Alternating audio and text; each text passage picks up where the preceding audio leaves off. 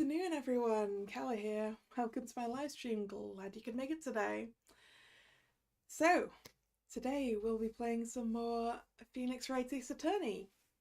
We are in the second case, Turnabout Sisters, where currently Maya is being accused of killing her sister Mia. We know it's not her. We know it's Mr. White. We just need to prove that. We've dealt with the first day in court and now we're investigating. That about covers it, I think. Hello, Drag. How are you doing? Oh yeah, we did recently see that Mr. White seems to have bought a painting from Grossberg here that Grossberg said was not for sale. So that is suspicious as anything.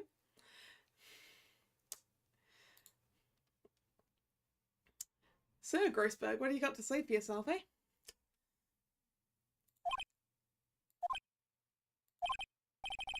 Huh? I don't think he's noticed me standing here. Maybe I should clear my throat?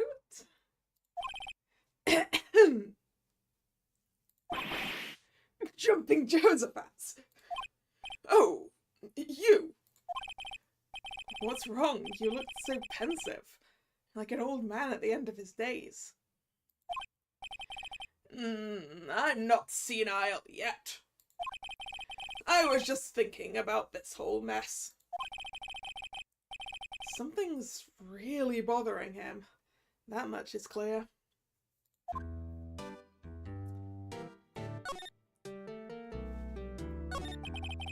So you came to see the trial? Yes, I did.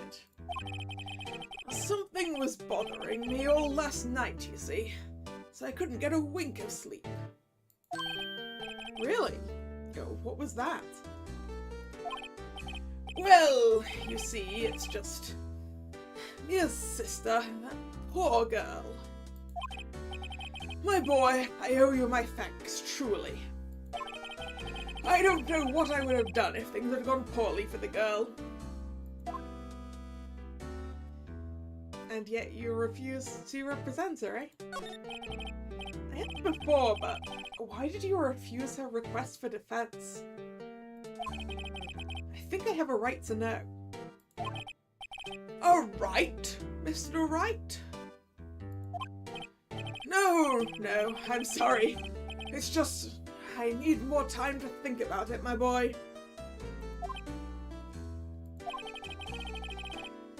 He does seem troubled about something. Starting to have a feeling I know what it is. So, I paid Blue Corp a visit. Oh, I see.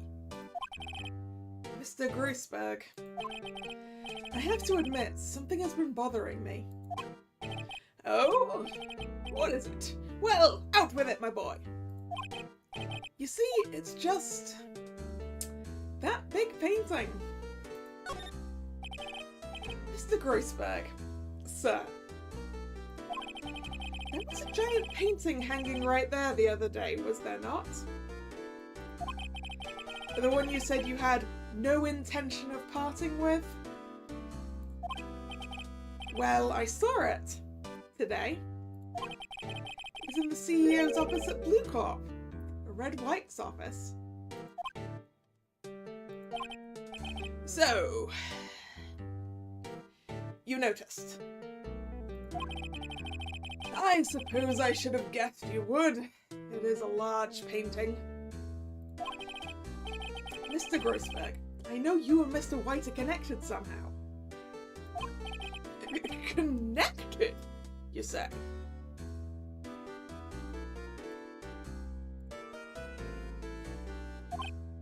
Yes, and I know what it is.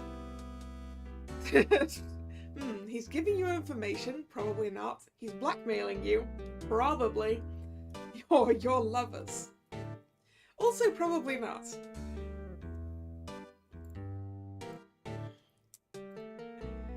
He's gotta be blackmailing you. And like every other lawyer. Mr. White has something on you, doesn't he? Blackmail? I think that painting is fairly gaudy proof. Very well. This may be the chance I've been waiting for.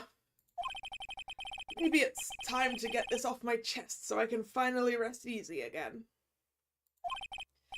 After all, you were Mia's understudy. Perhaps it was fate. What's he talking about? Red White is a man who makes his living through intimidation. Blue Corp is a company that excels in finding people's weaknesses, I'm afraid.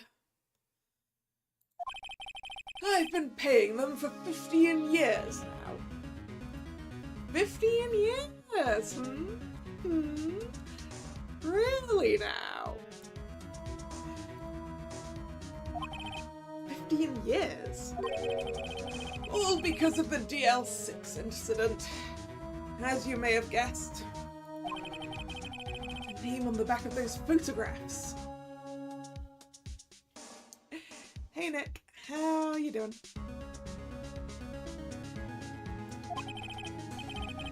As you suspected, I could not stand in defense of Maya because of this. White would have destroyed me if I did. So that's the connection. How am I? A little tired, but otherwise I'm good. I had a pretty busy day yesterday, so taking it easy today.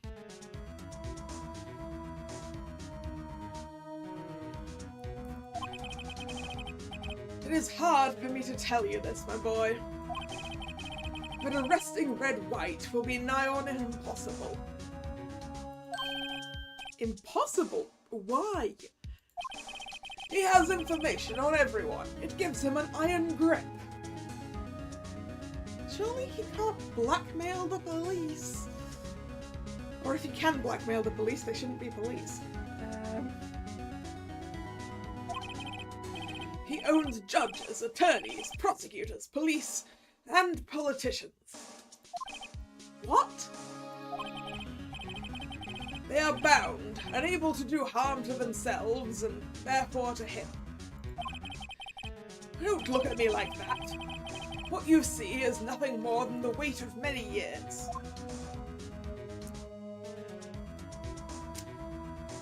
So, the DL6 incident, what's that about? What is the DL6 incident? DL6 is nothing more than the sorting code the police gave the case. It was 15 years ago now. I received a request for a medium. A spirit medium. A medium? Her name was Misty Fay. Fay? Indeed. She was Mia's mother. She had been investigating a murder at the bequest of the police. And she failed. As a result, the police called her a fraud. This is what Maya was talking about the other day.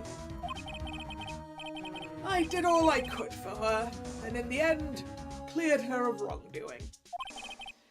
That murder case, however, remains unsolved to this day.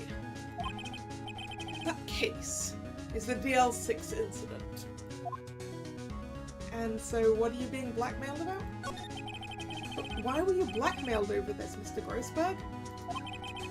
The DL6 incident was top secret at the time. It made sense. The police didn't want people to know they were using a medium. They couldn't let people know. But one person found out. I told him. You told White? He offered me riches. It is an embarrassment to me now. Yeah, 15-year cold case is a lot, huh?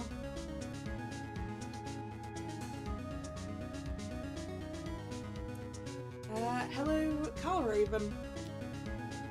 How are you doing?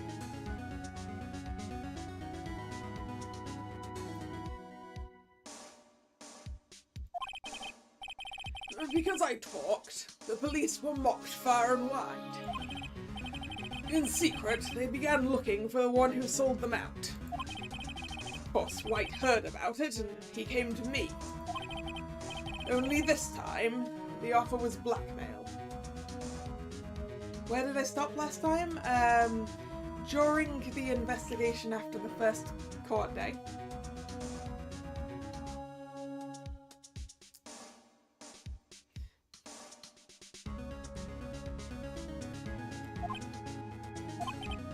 I see. Wright controls the law of this country as he sees fit. Yet if you would still challenge him, a close look at Mia's office. Mia's office? She followed his every move for years. She may have recorded something of what she found. Well, I guess we found, I guess we know what Mr. White's motive for murder was.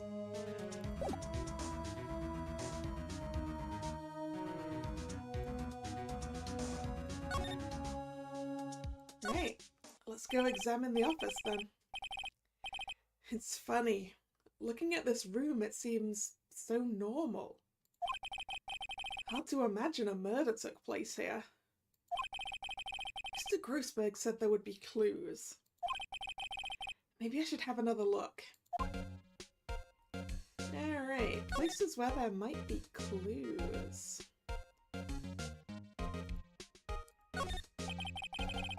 All the cases the chief ever worked on are filed here. They're in alphabetical order. Let's take a look. Which file should I look at? I mean... let's think. If we're looking for stuff about Red White, we could be looking for a file labeled DL6, but that's probably not going to be there. We could be looking for a file named W for White, sorry. I don't know. Yeah. T-U, I know, W, White. The entire W section is missing. Was it taken? Ooh, that's suspicious. Or is it this, or is it these? Mia's desk. Perfectly clean as always. The only thing it's missing is Mia. Actually, we've clearly not done over here, are we? Given there's no tick on the magnifying glass. A to I? Let's see if there's a record in this file that catches my eye. Ah, the puns. A, B, F. Misty Faye. That's Mia and Maya's mother. Should I take a look? Yes, you should read it. I have tarnished the Faye name. Leaving only these words, my mother vanished. I was determined to find the one who had made my mother blame herself in this way. Using the power that runs in my family, I held an audience with the dead. Finally, the names of two men surfaced.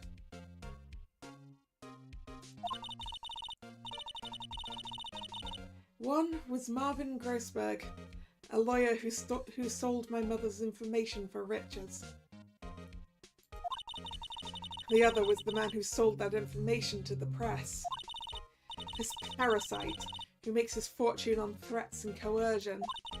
His name is... The record stops there. So Mia and you, Grossberg.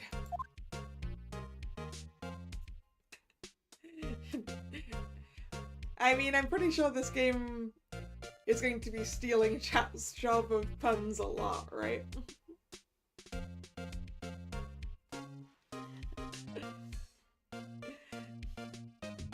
People get named with puns all the time here.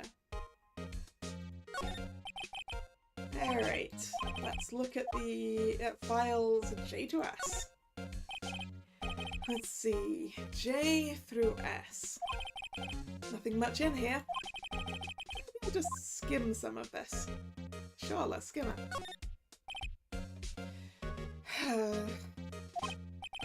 Well, no harm in flipping through a bit, I guess. The biggest parts here at the end in S.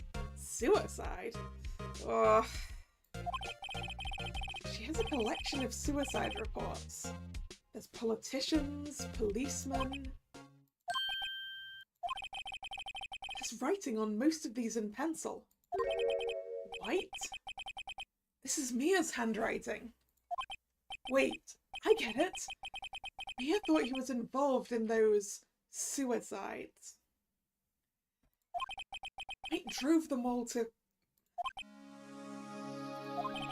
I can use these newspaper clippings. Let's find the most disturbing one. Next! Newspaper clipping added to the court record. Newspaper clipping, article about a politician's suicide. The word white is written in pencil at the top. Okay, now we're done with that. Is that all we were here to find? Maybe. No clues here. We already looked at the desk. Old movie poster.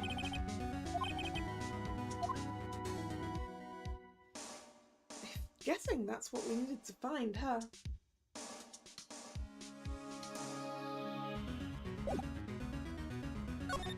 Okay. What do I still need to do, eh? Let's go see Maya again. Apparently, Miss May is in questioning. Sorry. April May is who we were going to go see, not Maya. I doubt they'll let me talk to her today. Okay, so we can't get anything there. Is there anything else we need at the Gatewater Hotel? I'm not sure. Well, we may as well work our way through. The bellboy seems to be out. Huh? The sound of water coming from the shower. La-di-da, money making, I've got the money making blues. Why is he using the shower in this room? Someone seems to enjoy washing the showers. Washing the shower. Now that he's not here, we can poke around, right? I don't think there was much else we needed to poke around for, but... Screwdriver is still stuck in the drawer. I'd better not touch it. No telling what the bellboy would do to me.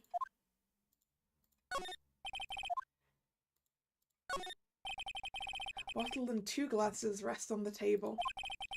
I'd better not touch them. No telling what the bellboy would do to me. Yeah, I don't think we're getting anything from here, are we?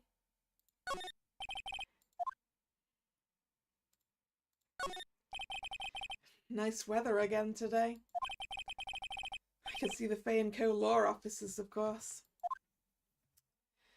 Yep, I don't think we're getting anything here. Nah. Let's go show Grisberg what we found in Mia's office.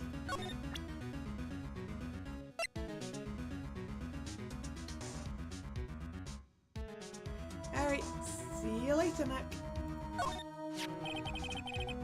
I found this in Mia's files.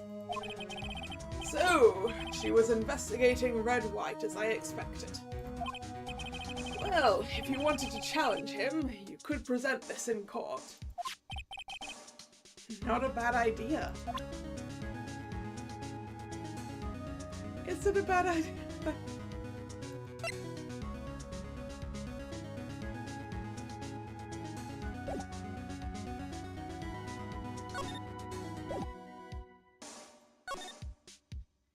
Is there anything else to look at inside Grossberg's office?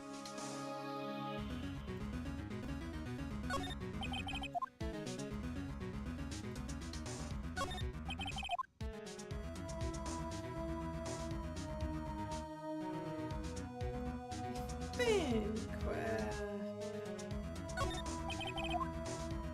done looking at the things there.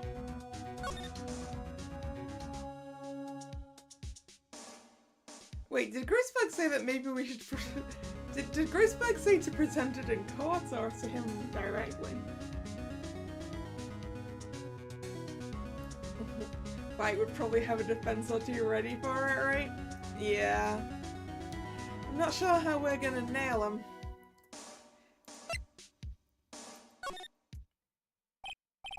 Well, aren't you persistent?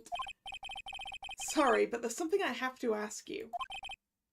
Mr. Lawyer, I really hate having to repeat myself, but it seems the message has not yet penetrated your thick skull.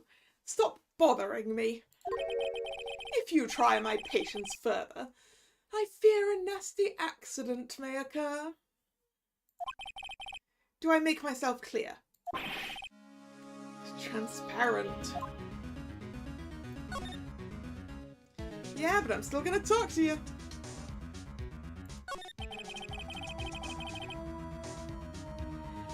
Hello, Shama.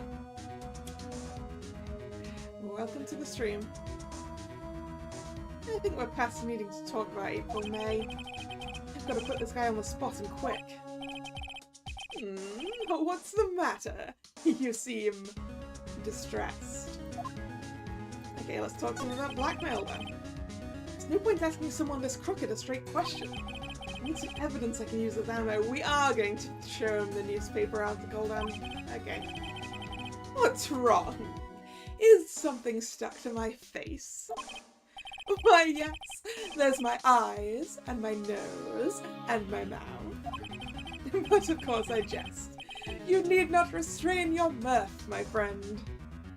Yeah, it wasn't really funny. It's okay to indulge in my cosmopolitan sense of humour. I will not think less of you. Alright. This is a terrible idea. This is the only clue that Mia left me. I'd better make this one count. Mr. White, see this? It's an article describing the suicide of a politician. He was embezzling secret government funds. Then, one day, word got leaked to the press. The very next day, he took his own life. And this concerns me, yeah? I found this article in Mia's office. Miss Mia! She had a file filled with articles like this. Every one of them was labelled with a single word. White. Mr. White, I know what you did to this politician. You blackmailed him. Yeah, you were blackmailing him. Blackmail? Not just him either. You were threatening and coercing hundreds of others. You were involved in all of the suicide cases that Mia investigated. This company is built on blackmail. I'm right, aren't I? What a bizarre accusation! Mr. Wrong. What is it that you should be doing now? Investigating me? No, no, no, I think not. You should be searching for the one who killed Miss Mia. Yeah, that was you.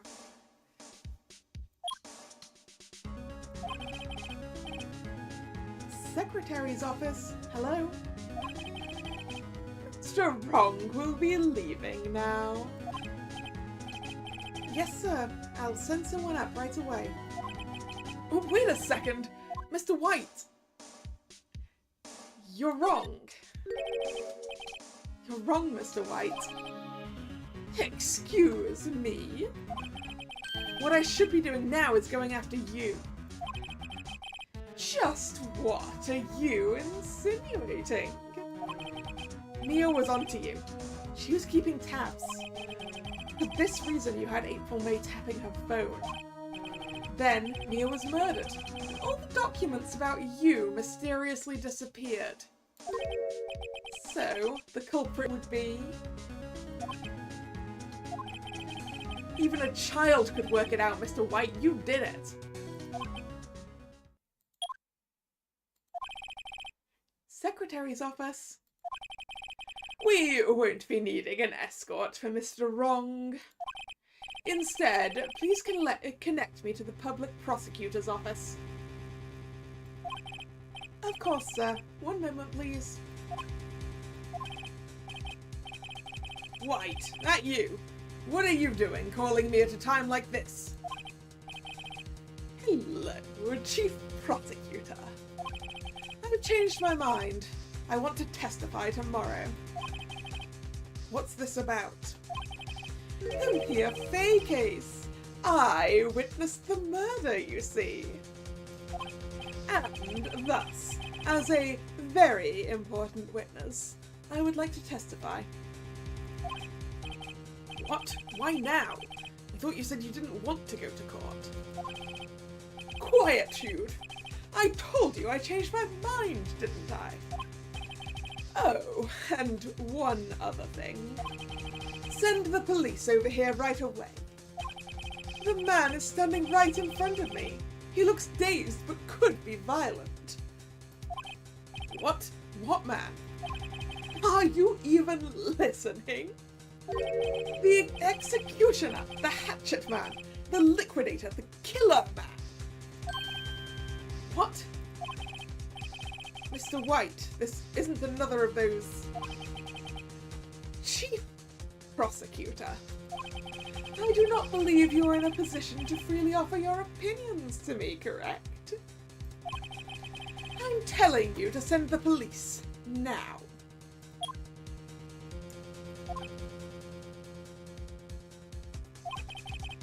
Did I not tell you, Mr. Wrong? You are a mere lawyer, as was Miss Mia. How dare you? I'll point the finger at you, and you will be tried as Miss Mia's killer. The case is as good as settled. No lawyer of any worth will defend you. Yeah, well, I'm a lawyer. I can defend myself, you idiot. I have friends in the local Lawyers Association, you see. You'll be given a lawyer so stupendously inept that they'll make even you look competent. I feel faint. Detective Gumshoe, reporting, sir. Yeah, Butts! Harry Butts! Right, actually, Phoenix Wright. And my friend's name is Larry.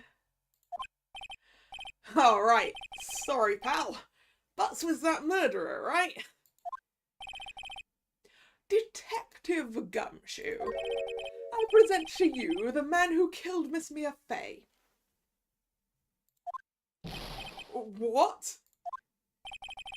Take this despicable human being into custody. Farewell, Mr. Wrong.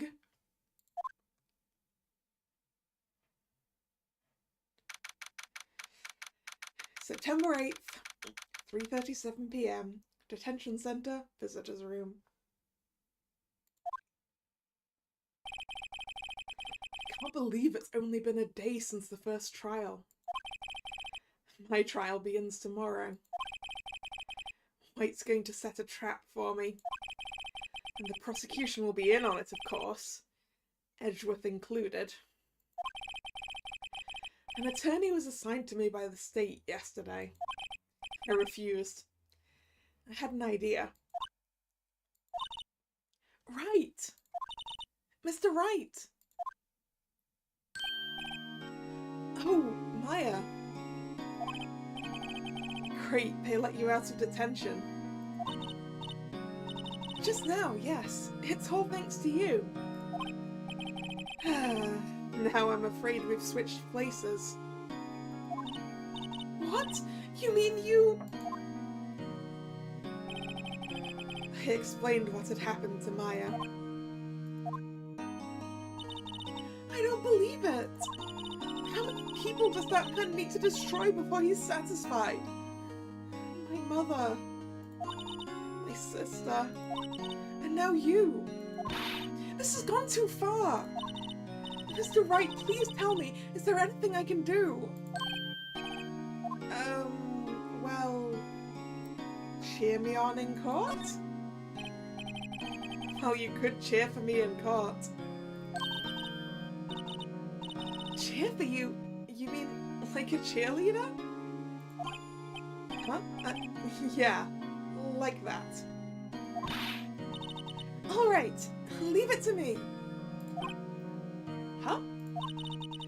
I'd better go get a uniform and some pom-poms. You don't need to look like a cheerleader. Wait. What? I'm kidding. It was a joke. No way. No, really, I was kidding. But thanks. It's good to know you're on my side. There's silence in the court too many times. Yeah. And there really isn't anything you can do for me anyway. But I can't just sit here and do nothing. I've got to give that man a piece of my mind. Just a piece?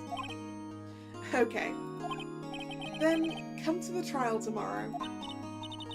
Okay, I'll be there. I'll show them a thing or two.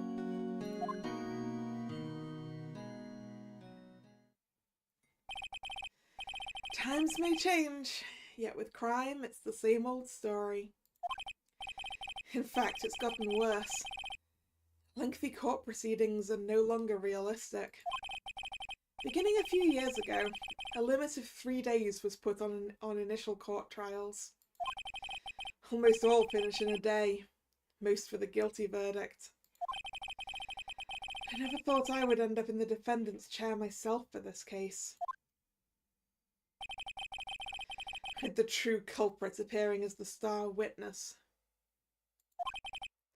This is it! Tomorrow, it's me or him. To be continued.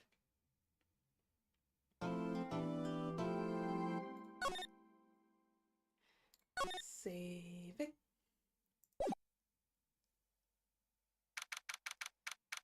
September 9th, 9:52 AM. District Court, Defendant Lobby Number 1. Well, I guess this is it. Yeah. One way or another, this case gets decided today. Phoenix, look! Why are you here? This is the defendant's lobby, Edgeworth. Prosecutor Edgeworth. I received a call from the Chief Prosecutor's office yesterday. I was told that whatever Mr. White says today, it will be the absolute truth. He doesn't look happy about it. No matter how you try to attack his testimony, if I raise an objection, I have it on good faith that the judge will listen to me. What? Does White have the judge in his pocket too? So you're saying I'm going to be guilty, end of story. I will do anything to get my verdict, Mr. Wright. Anything. Why? Why? How can you torment an innocent person like this? Innocent. How can we know that? The guilty will always lie to avoid being found out. There's no way to tell who is guilty and who is innocent. Evidence? All that I can hope to do is get every defendant declared guilty. So I make that my policy. Edgeworth, you've changed. Hmm? Phoenix, you know him? Don't expect any special treatment, Phoenix Wright.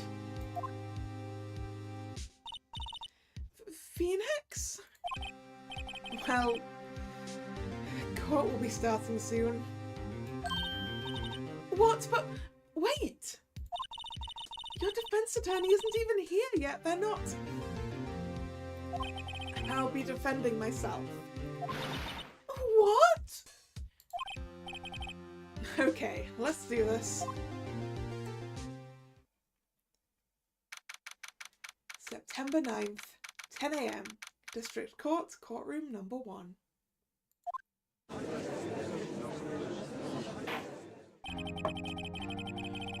Court is now in session for the trial of Mr. Phoenix Wright. The prosecution is ready, Your Honor. The defense is ready, Your Honor. Mr. Wright, are you sure you're up to doing this? If he's defending himself, does he have to keep switching positions? No, I think he gets to stay behind the defendant's table and not sit in the little box for the accused. Yes, Your Honor. I will be defending myself. Understood. Very well. Mr. Edgeworth, your opening statement, please. As the details of the event are already quite clear to the court, today we will hear the testimony of a witness to the defendant's crime.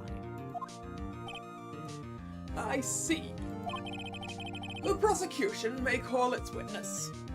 It went far too smoothly. Why didn't the judge ask Edgeworth why his witness didn't testify before? It's like he already knows why. If anyone's going to raise an objection about this, I suppose it's me. Yeah, let's raise an objection, let's go. Mr. Edgeworth, you owe an explanation to the court. Why didn't this witness testify in the trial against Miss Maya Fey?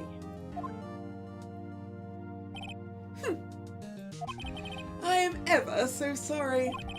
Mr. White is a busy man, and besides, at the time I thought that Miss May's opinion was all that would be needed. Again, my sincerest apologies to the court.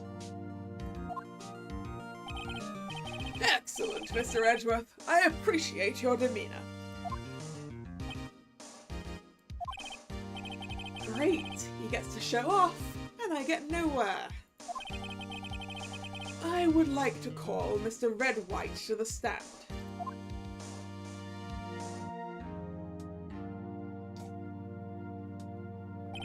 He's so brightly coloured.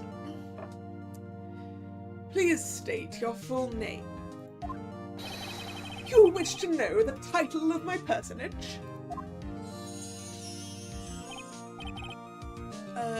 Your name. Yes, that is what I said. Oh dear, do my locutions confuse?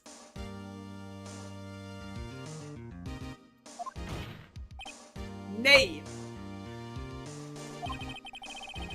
These two are great together.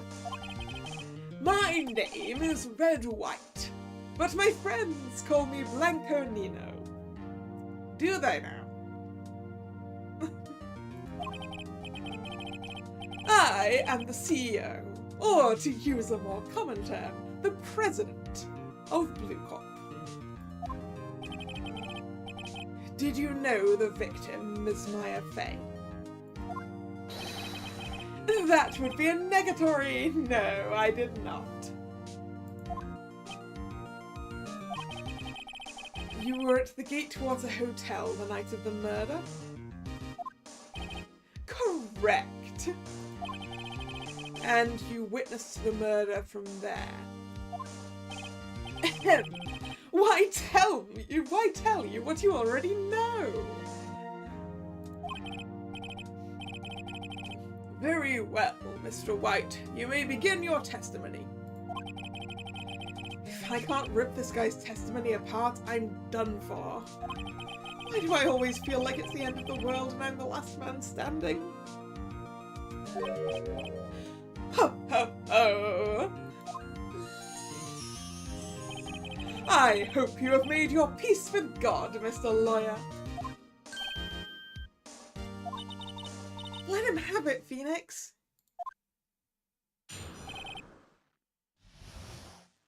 Witness's account. Let's see. It was about 9 o'clock, I believe. I was quietly perusifying, that is, reading to you, some papers by the window. You know, I'm pretty sure that the word is not perusifying, I think it's perusing. Mr. White? Get it right.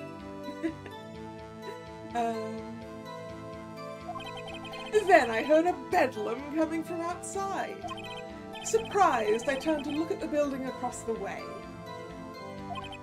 It was then that I saw him, a spiky-haired man attacking a woman with long hair.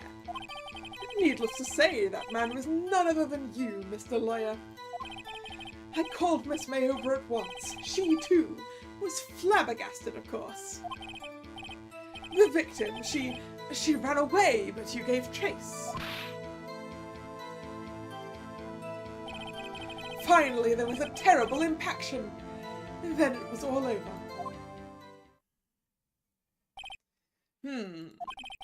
If things occurred as you testify, then I'm afraid the defendant is guilty. Very well, defendant, Mr. Wright. Your cross-examination. Yes, Your Honor.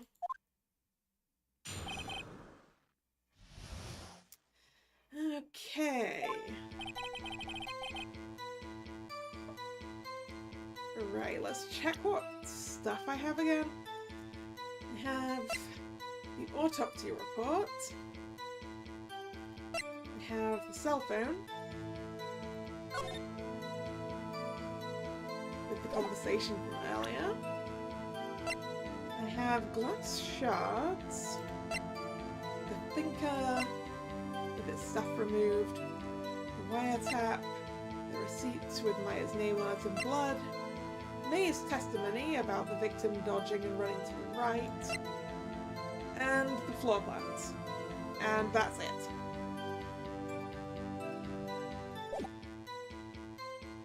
Well, let's just start pressing everything. How do you know what time it was? Because I am always absolutely perfect, you know.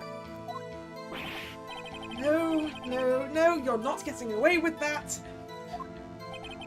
You are so mistrusting, Mr. Lawyer. So, what was the proper term for secretary again? Anyway, Miss May ordered room service for 9 o'clock. It happened soon after the room service arrived. That's what Miss May said too. Further. True, the bellboy who brought the coffee saw Miss May. But he testified that he did not see you at the time. This is your concern? Silly lawyer. Miss May received the coffee outside the room. Of course he would not see me. He would need X-ray vision to pull off something like that.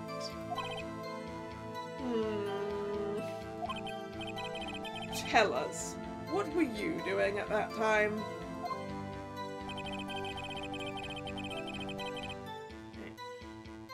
Continue to press, continue to press.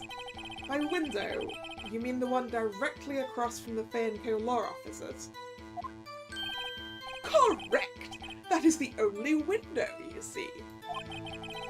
And there you were reading papers. Correct. The Gatewater is a businessman's hotel, and I am a busy man who had business to do. And who also lives and works in the city, and why was he in a hotel? But you know.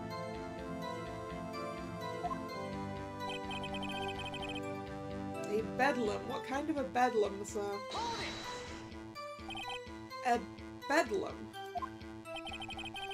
It must have been when you attacked, I assume. We see. Continue.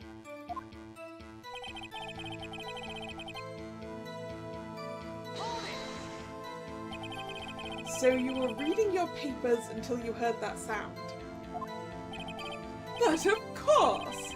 I am no snoop peeping out of windows at night. Liar.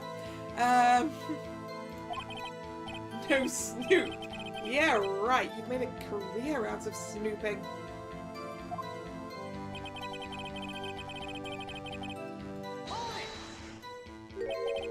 Spiky head.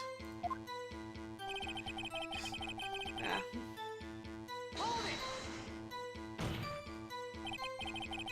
What you just said directly conflicts with Miss May's testimony. Miss May clearly stated that the assailant looked like a girl. I've always been proud of my eyesight, Mr. Lawyer. Just what is your eyesight? Counting both eyes, 40. That's not how you do it, sir. That is not how you do it. 40? Don't add them together. I think the witness is trying to say his eyesight is good. Hey, whose side is the judge on anyway? And what did you do then?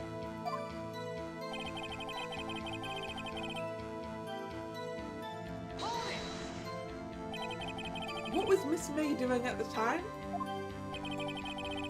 She had just finished watching a soap opera on the TV and was weeping openly. Did you know she'd been tapping the Theopa's phone? Objection! Irrelevant. That has nothing to do with the case at hand. No, Edgeworth, I think it has a lot to do with the case at hand. I care not. I will answer the lawyer's bold inquiry. Miss May was acting alone when she tapped the phone of this Fey woman. You'd make a good politician, Mr. White. I know. After all, I am El Presidente. Please continue.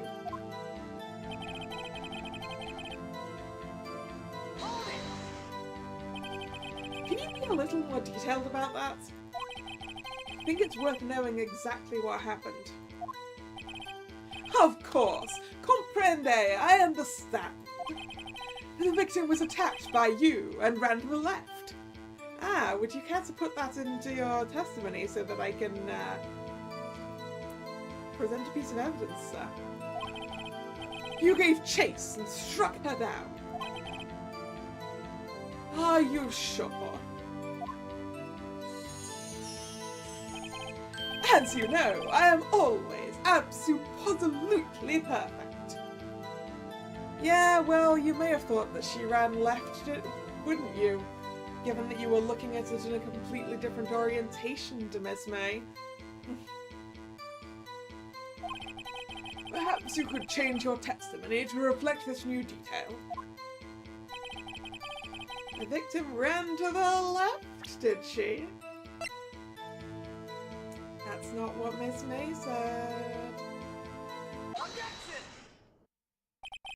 Wait right there! Mr. White, you've dug your own grave. What is this? You said the victim ran to the left, but that directly contradicts Miss May's testimony. She clearly stated that the victim ran right. Ho ho ho! It is simple! You have misheard her. Did the court reporter mishear her? Because that's what I have right here, sir. I think not. Look at the floor plans. Oh yeah, she wouldn't have been able to go that way. There wasn't really much in that direction to go. If someone was trying to run away from a killer, they'd go for the door. The killer was here, and the victim here. If the victim ran to the left as you claimed she did, she would have been running directly away from the door. She would have been running into a dead end. Don't you find that odd? Ah, now that's the face we want to see on this guy. That's the face we want to see on this guy. Very strange. I did see her run to the left. I did. Yes, because you're the killer and you were looking in the opposite direction, dude. Phoenix, look at his face. I don't think he's lying about this one. He's not lying about the direction, but he's lying about where he was. True. Maybe he really did see the victim run left. So, did he witness the killing? Wait a second. Mr. Wright. Yes, Your Honor? Miss May says right and Mr. White says left. Can you explain this contradiction to the court? Both of them are right. Both witnesses are telling the truth. For once. Ha! I doubt it. Rather, that does not clear up the contradiction. There is one scenario that would explain their conflicting accounts. What? Obviously, the witness was not viewing the crime from the hotel.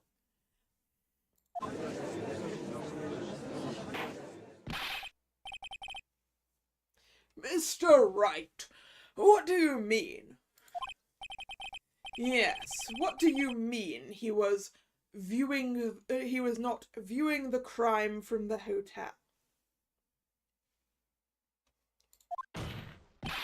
If he was not in the hotel, where could he have been? In the law offices of Fay & Co, of course.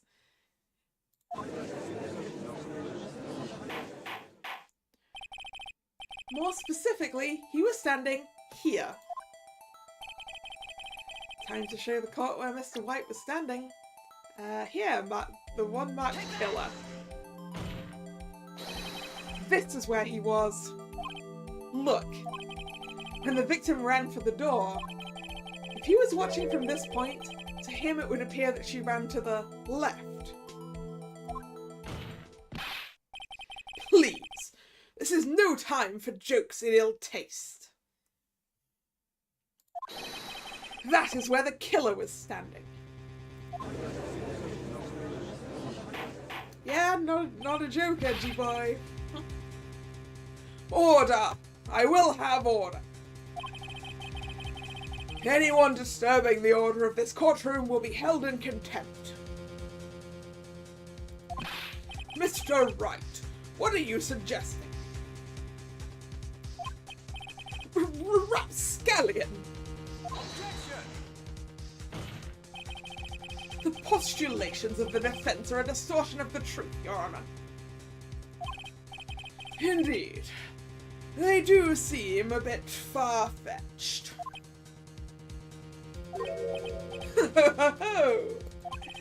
You provide us with so much entertainment, Mr. Lawyer. But now he's laughing? The hilarity of the moment made me remember something. It appears I have been unclear, and for this, I apologize. Mr. Your Honor, might I be allowed to testify once more?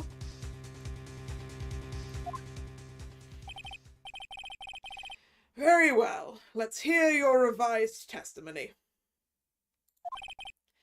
Good luck. You can't fix a broken testimony, buddy.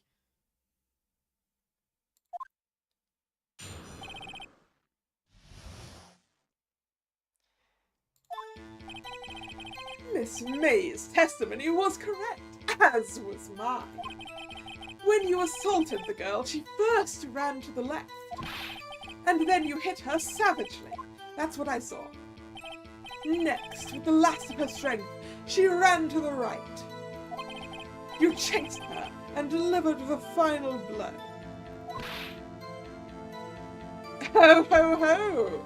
You say she got hit twice, dude, huh? Twice, you say? They never can get a testimony right on the first try. That's because they're guilty. Drag, that's because they're guilty. That is what Miss May saw. You see, you hit her twice. Don't you remember, Mr. Lawyer? That does seem to make sense. Will you be cross-examining the witness's testimony?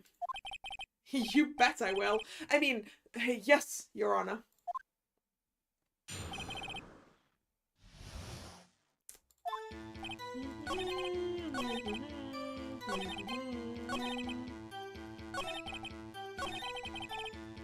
I hit her twice, did I? Where's the... There it is. The autopsy report.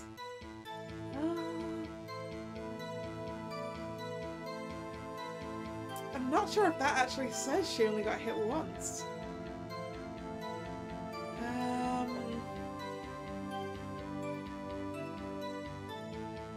It does say a blow.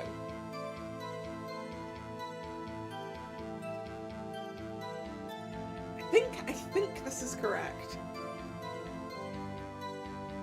Objection! Mr. White, the victim died from a single blow. What do you have to say to that?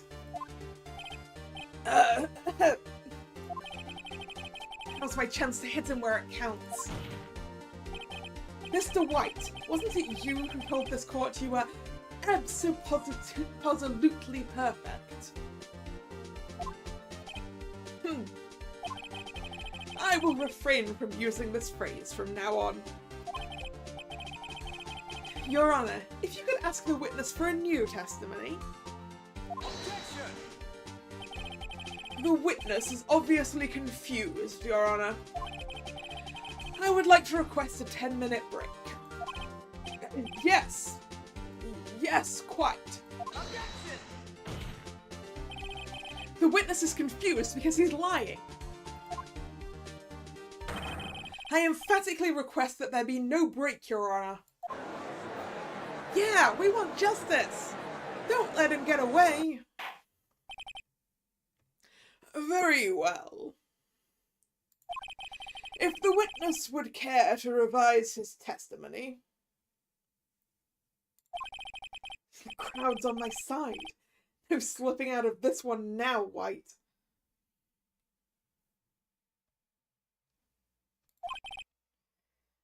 Mr. White.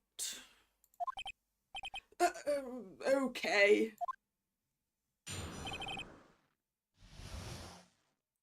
The two accounts. Well, see, I looked at the other window when I heard that thing fall. And then the next moment I saw Miss Mia run to the left. The killer, you, attacked her, but she dodged. And then she turned and ran for the door. Then you did her in with a single blow. Whap!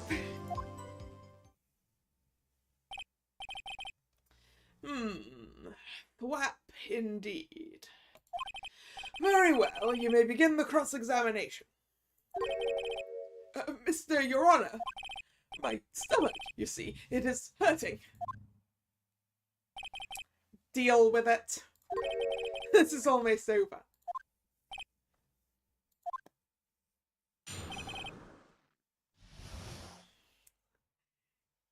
Yeah, Mr. White. If you're gonna throw up, you're gonna have to do it right there on the stand. No potty breaks.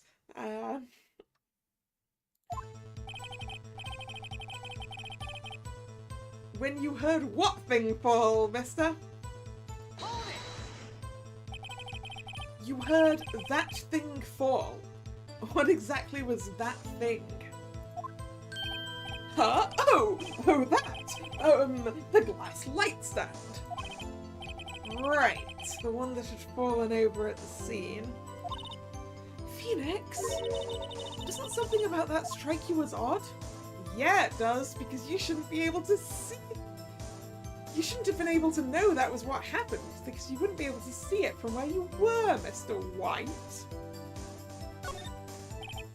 Yeah, that is odd. I'll press further. Mr. White. What? You're saying you saw the glass light stand? Yes! Then change your testimony to reflect that. Sorry, my bad. The witness will revise his testimony. Okay, of course. The light stand was lying on the floor when I looked. Let's just double check this. Yeah, you're not gonna see that, mate. The only way you could have seen that is if you were in the room, mate. Objection! Mr. White. It was impossible for you to have seen the glass stand. What? Look at this. These are the floor plans to the scene of the murder, yes? Correct, Your Honor. Now look. If you were to look through the window at the office, this is the area you would be able to see. Here. Well, note that the stand is not within the visible area. Well, Mr. White, what do you have to say to that? Ridiculosity! Mr. White, if you were in the Gatewater Hotel as you claim, you could not have seen the stand before it fell over. In fact, you wouldn't have been able to see it after it fell either. There's no way you could have recognized the broken shards as a glass light stand. So, when did you see the stand, Mr. White? It must have been the moment that it fell. And the only place you could have seen that from is inside the Fey Law offices. In other words, you were at the scene of the crime when the murder took place. Yeah!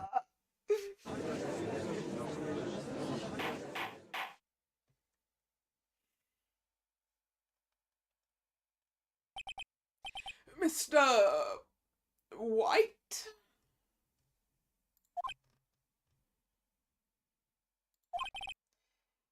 Mr. White. You did it, didn't you? Mr. Your Honor, Miss Mia. Looks like we're about to get our verdict. Objection! That's far enough, Phoenix Wright.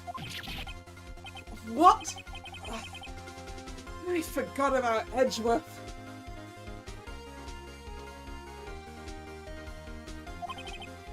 Mr. White,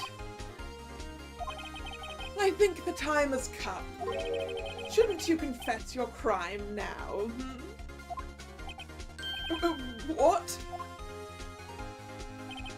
I said you should confess your crime.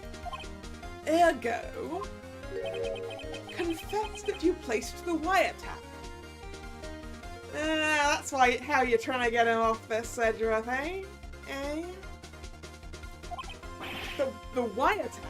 Edgeworth, you said that wasn't relevant.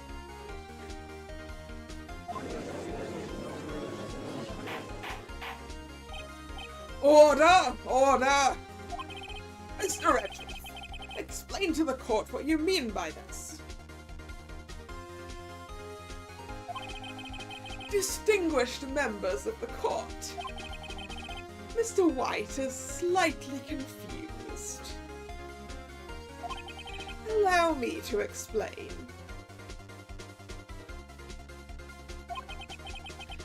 I really don't like the way this is headed.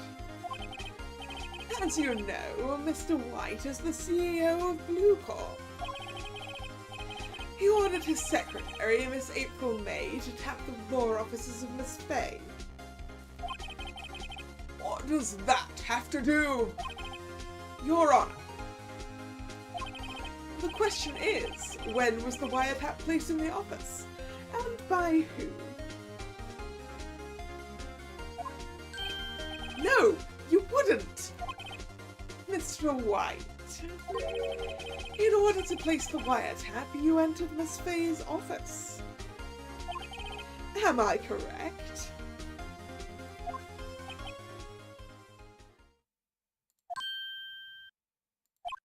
Correct! You are most correct, Miles. Give me a break! Yes, in order to place the wiretap, I breached the Fay & Co. law offices. And that is when I saw that accursed light stand.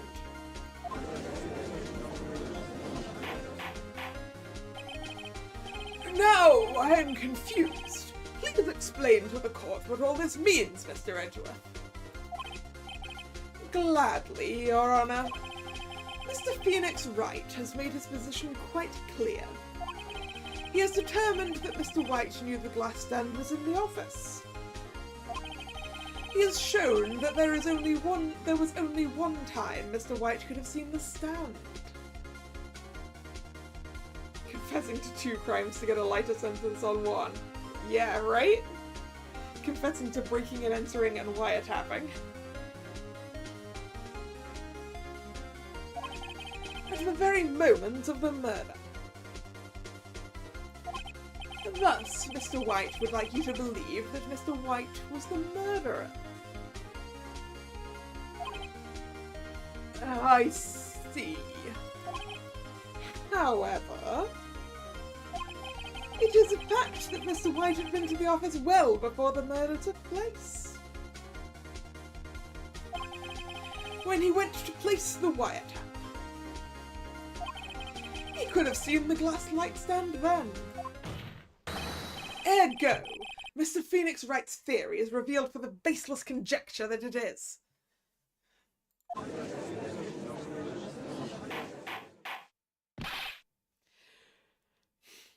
Mr. White, you will testify to the court about this wiretapping.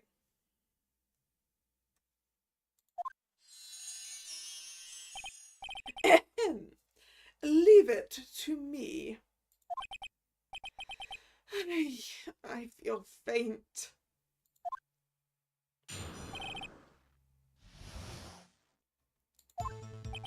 It was the beginning of September, the week before the murder. I had entered the Fay & Co. law offices. Of course, I had done so to place the wiretap. That was when I saw this glass light stand. That's it! That's all you've got to say for yourself, dude. So, you saw the stand before the night of the incident. And this is how you were able to identify what had fallen over. By the sound. Correct! That is right. I see. Very well, Mr. Wright, you may cross-examine. What are we supposed to do now?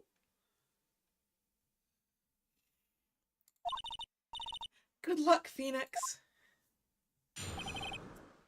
Okay.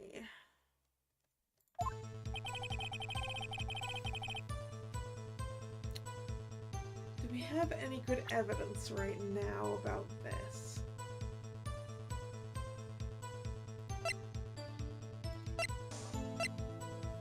I don't think we do. So it's pressing time. Do you have proof? Miss April May knew the details of Miss Faye's phone conversation. This proves that the wiretap was placed before the murder. Yeah, but it doesn't prove when.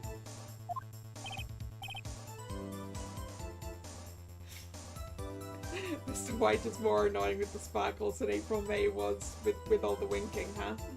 Yeah.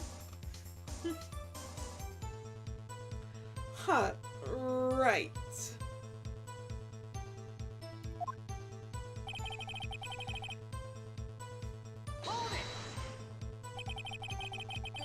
Was it really you that went into the office? Or was it Miss May? Unidentified fingerprints, several days old, were found in the Fay & Co. law offices. Those were obviously Mr. White's. Well, Edgy, prove it. Prove it. Take Mr. White's fingerprints right now and prove it. And if I know Edgeworth, he's already run a check on those prints. Now, Mr. White, tell us why you went to the Fay & Co. law offices.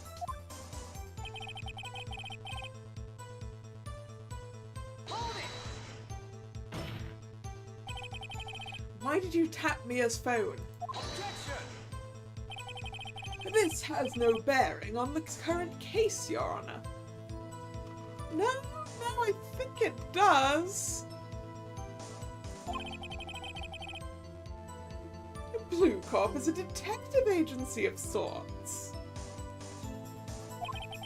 We have a responsibility to protect client confidentiality.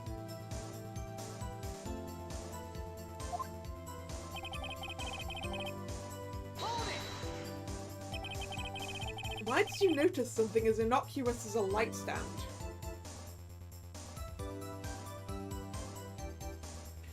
Hey Hunter, I'm doing okay. How are you?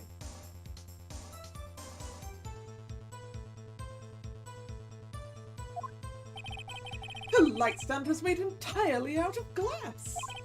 It was quite stylish, so I guess it made a lasting impression on me.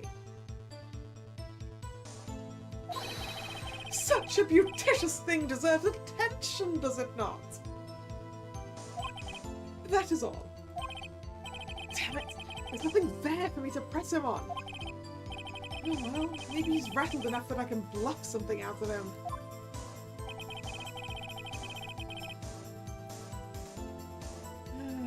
Okay. Pressing ain't gonna work.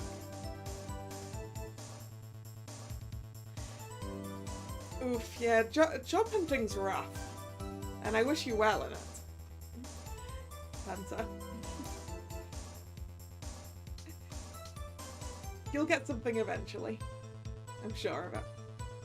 It just might take a while.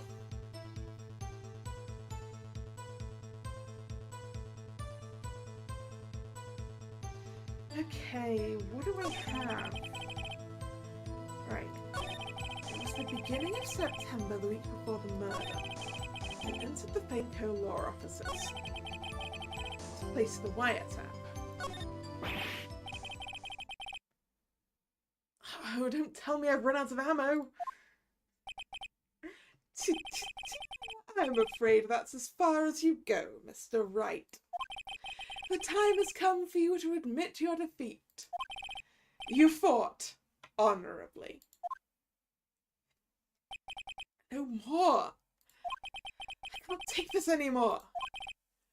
Mr. Wright, are you giving up? No? Yes, Your Honor? Phoenix! Phoenix, over here! I know that voice. Mia? Never give up, Phoenix. Mia?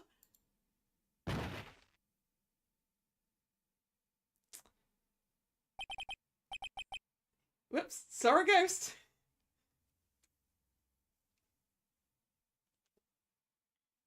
Where am I?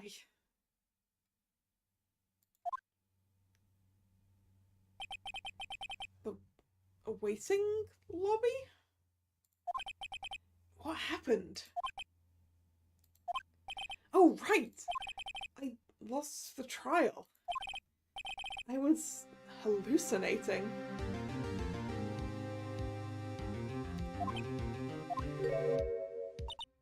Ah, you're finally awake. Whoops, he fainted again. Hey, Phoenix. Yeah?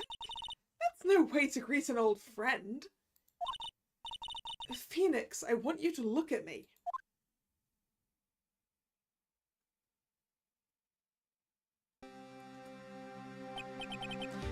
You're... Maya? Didn't you know the Fae women have strong psychic powers? When you accepted your defeat in court, it appears that was enough of a shock to awaken Maya's true powers. So Maya is channeling you, Mia. That's right. I am Maya, but I'm also Mia. Now I want you to listen to me, Phoenix. Maya never gave up. You can't either. That's why I came here to tell you. Sorry, that's what I came here to tell you. But we don't have much time, Phoenix. Now listen. You've already won. Huh? You have that receipt in the court record, right? Oh, yeah. The one you wrote Maya on? Phoenix, Wright wrote that, not me. So what do I do with it? Look at the front of the receipt. Oh, the part where that's going to prove that it was his from that day or something, right? The front? It's a regular receipt. Looks like it's from a famous department store. $1,000. Wow, big spender. Item, glass light stand.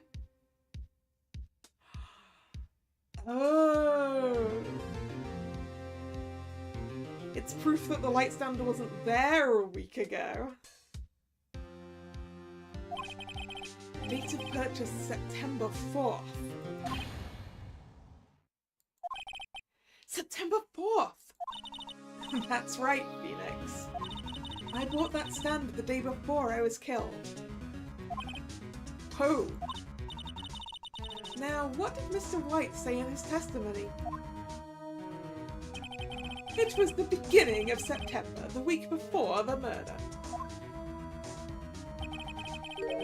He said he saw the stand the week before the murder.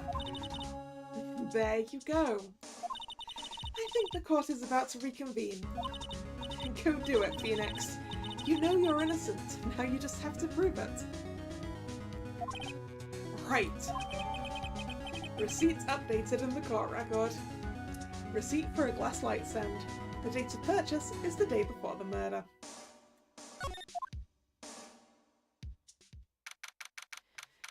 September 9th, 1:16 PM. District Court, Courtroom Number 1.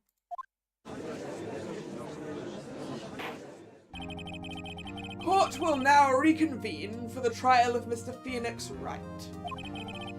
Is the defendant, rather, are you all right, Mr. Wright? Yes. Sorry, Your Honor. I'm fine now. Then let's start where we left off. Your Honor, there is nothing to go back to. The cross-examination of Mr. White is finished. All that is required now is for you to pass judgment on the defendant Phoenix Wright.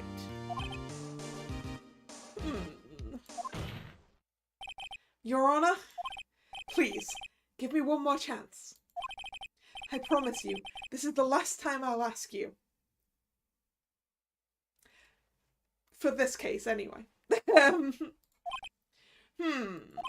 But, as Mr. Edgeworth has noted, the trial is more or less finished.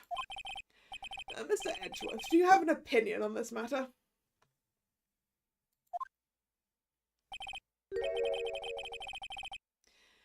I say, let us give Mr. Phoenix Wright his last chance.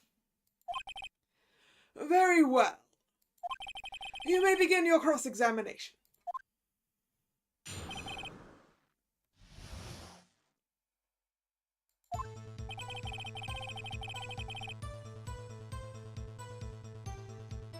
Right, so we present the receipt to this one, right?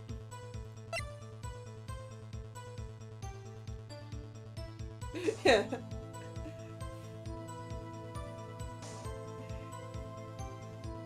Yes, thank you, Edgeworth, for agreeing to let us do this. Just because you thought it wouldn't help. Look closely at this. See the word Maya written in blood?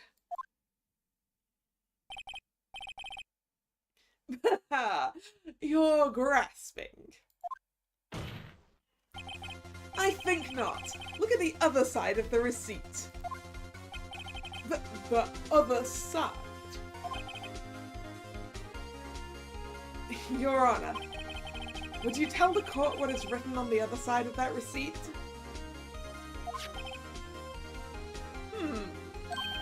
Well, a glass light stand. And the date of purchase? Why, that's the day before the murder.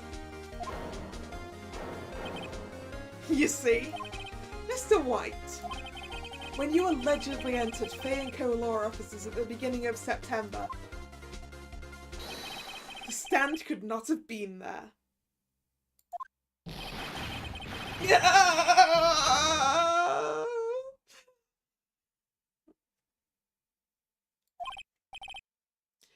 Well, Mr. White? Can't get out of this one, can you? No, it's impossible. Uh-oh, he's losing it.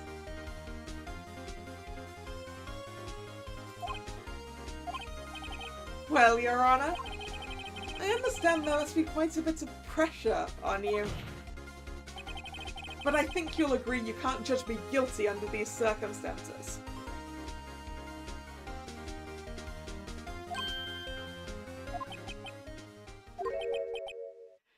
Very well.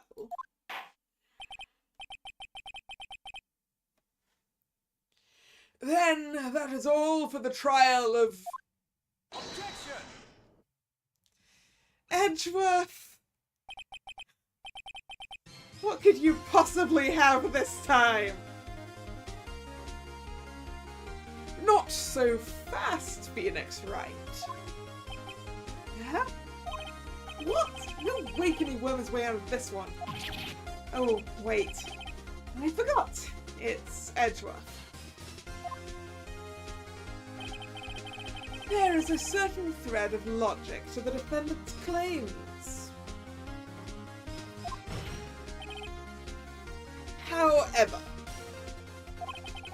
there is no concrete proof that Phoenix Wright is innocent. Ergo, I would like to request one more day before Phoenix Wright is granted his freedom. I need time to make one more inquiry into this matter. Another inquiry? This isn't going to be another one of those updated autopsy reports. This guy just makes up evidence as he pleases. This is bad. No, we're objecting. Mr. White's guilt is obvious. There is no need to prolong this trial any further. Well, Mr. Edgeworth, if anyone is going to call Mr. White to trial, it would be me, the prosecution. I need a day to ascertain whether these new claims have any basis in factual evidence. I see. Yeah, but that's a different trial entirely, Edgeworth.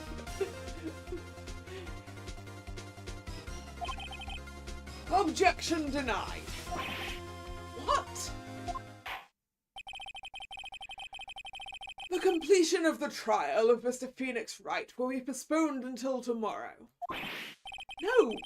There's no telling what will happen if I can't end this now. Edgeworth is sure to come up with, or just make up something. Dr. Mia showed up to help me and all. Sir, Your Honor, may I go home? Of course. Thank you for your time. Yeah. The witness will stay. Mia? Phoenix, read this note out loud. Mia, what's this?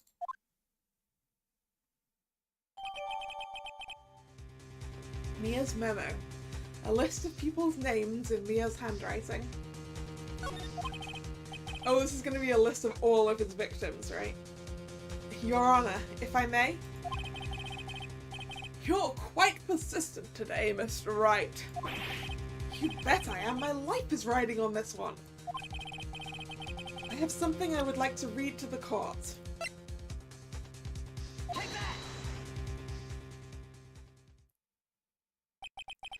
The memo Mia had given me was a list of names. Many of them sounded strangely familiar. People in finance, famous celebrities. That's when it happened. Stop! Desist! Halt! Please, stop! Make him stop! How did you get that list? Mr. White, admit your guilt right here, right now. Or else this list will be released to the press. Ooh, blackmail the blackmailer.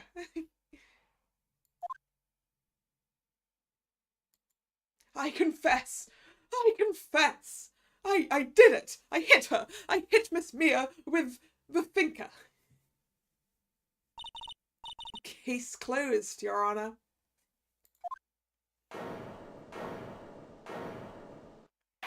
Edgeworth is not a happy boy. Well, I see no reason to continue this trial. Mr. Wright? Yes, Your Honor? You've done it again! That was quite a spirited defense. Yes, Your Honor. I guess you could say that. If only you knew how spirited it was. More puns, Phoenix. Well, this court finds the defense, rather the defendant, Mr. Phoenix Wright, not guilty. Yay. That is all. This court is adjourned.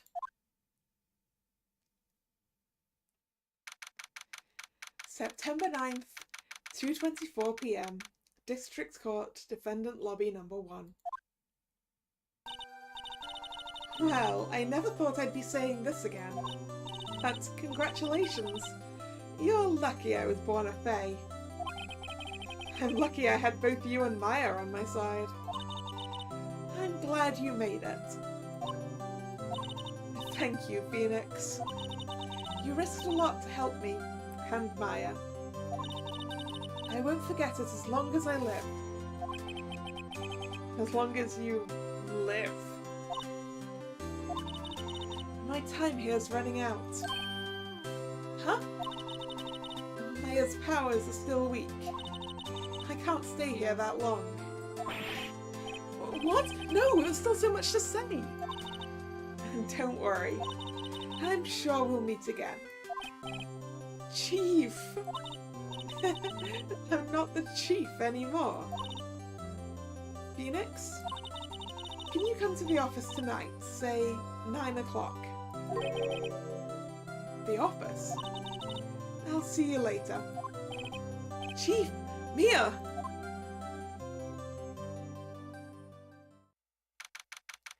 September 9th, 9:02 p.m. Faye & Co. Law Offices. Being here, it's hard not to think about that night. You came! Oh no, sorry. Mia voice. You came. Mia, I was kind of worried you might not. Huh? Of course I came. Well then. Nope. Maya, I think. I'm pretty hungry. How about a burger? Mia? You should see your face. Mia? What are you talking about? It's me, Maya. Maya? What? Did I look like my sister? Look like? You were her. I might be able to use that. Oh, Phoenix, go to the store and buy me lunch, would you? Maya? Why are you here?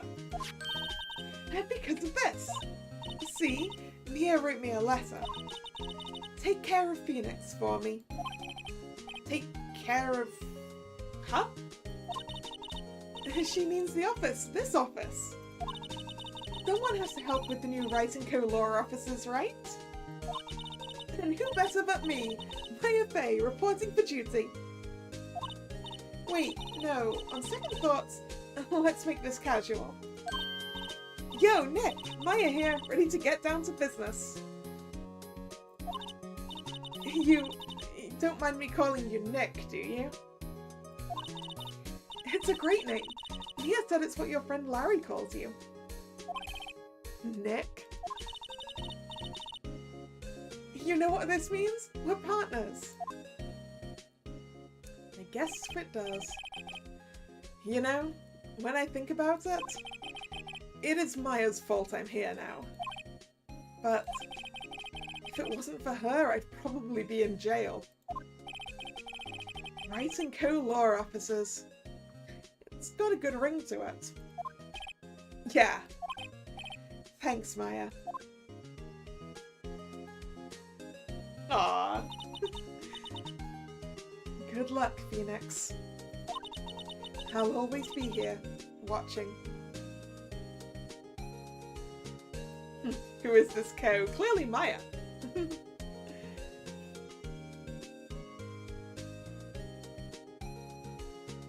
And I mean, it was when it was Faye & Co, it was just Mia and Phoenix, right? So the Co is covering all bases as to who we might have here, right?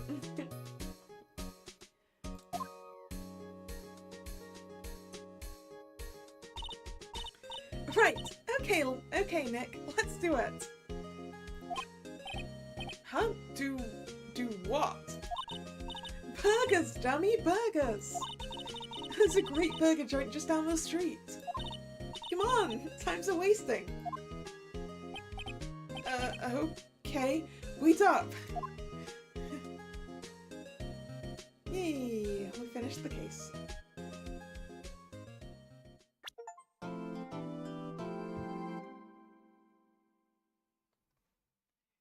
It's going to be hard to get used to Maya calling us Nick.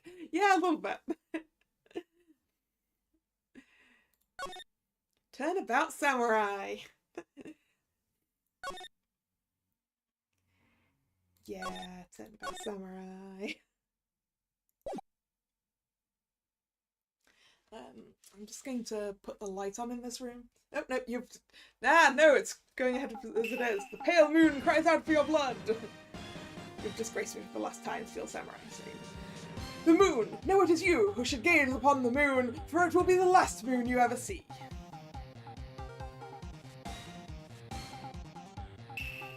See you in hell, evil magistrate! The warrior's swords gleam and strike in the moonlight. One has fallen, but who? Only the moon knows. Don't miss next week's exciting episode. The Dark Messenger returns. Right, now I can go turn the lights on because it's getting kind of dull in here.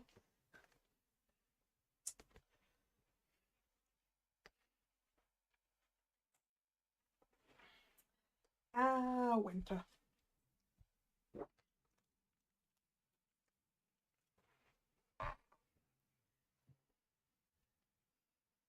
Why are we on a case of a samurai? Oh, was that just a TV show? Yep, it's a TV show.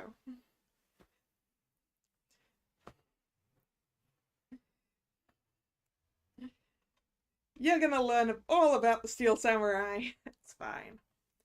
October 14th. 5:31 p.m. Wright & Co. law offices. That rocked!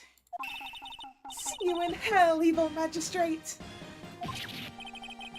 Whoa, stop waving that broom around. Oh, Nick!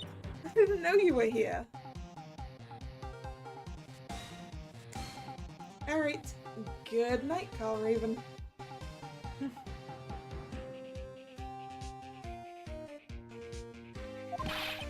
Of course I'm here!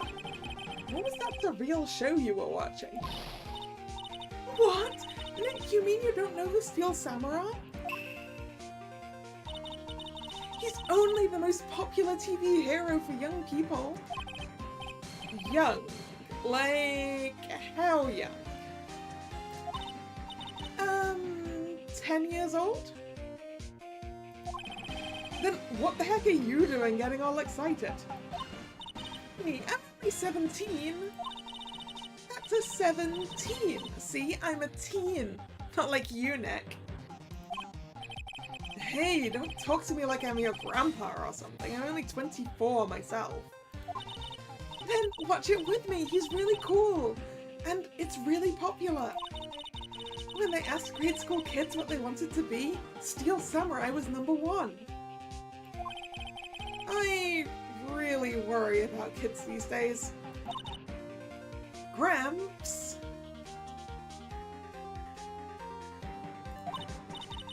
Well, the Steel Samurai's over. I guess it's time to close up the office. I guess. I wish we had some clients.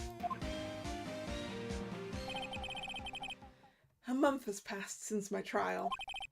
Mia's murder was the talk of the town for some time. But no one paid any attention to the Wright & Co. law officers. How am I going to pay the rent this month? It'll be okay. I'm sure some big client is just around the corner.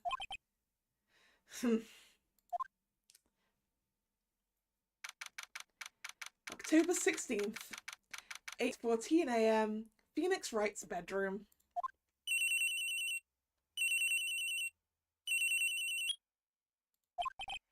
Hello? This is Phoenix. Maya, what? It's still early. It's the Steel Samurai! The Steel Samurai got arrested! Huh? You mean the guy on that show? Yes! They're saying that the Steel Samurai killed a villain!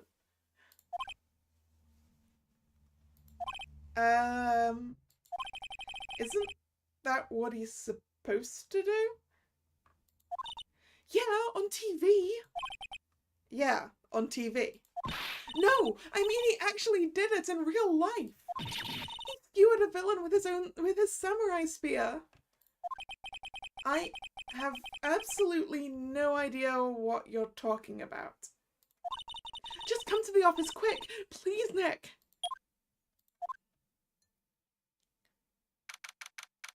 October 16th, 9:22 a.m. Wright & Co. law offices. Maya's here, watching television. Now for the morning news. The actor Will Powers was arrested yesterday. Powers plays the key role in the popular kids show The Steel Samurai, Warrior of Neo Old Tokyo. New Old Tokyo, huh? He was arrested on suspicion of murder. The victim was Jack Hammer, who plays the villain known as the Evil Magistrate. His body was found still inside the Evil Magistrate costume. The samurai spear was also found stuck through the body. Police believe this was the murder weapon and are investigating further. This has to be a joke. No, it's a nightmare! The Steel Samurai is over! The world is over!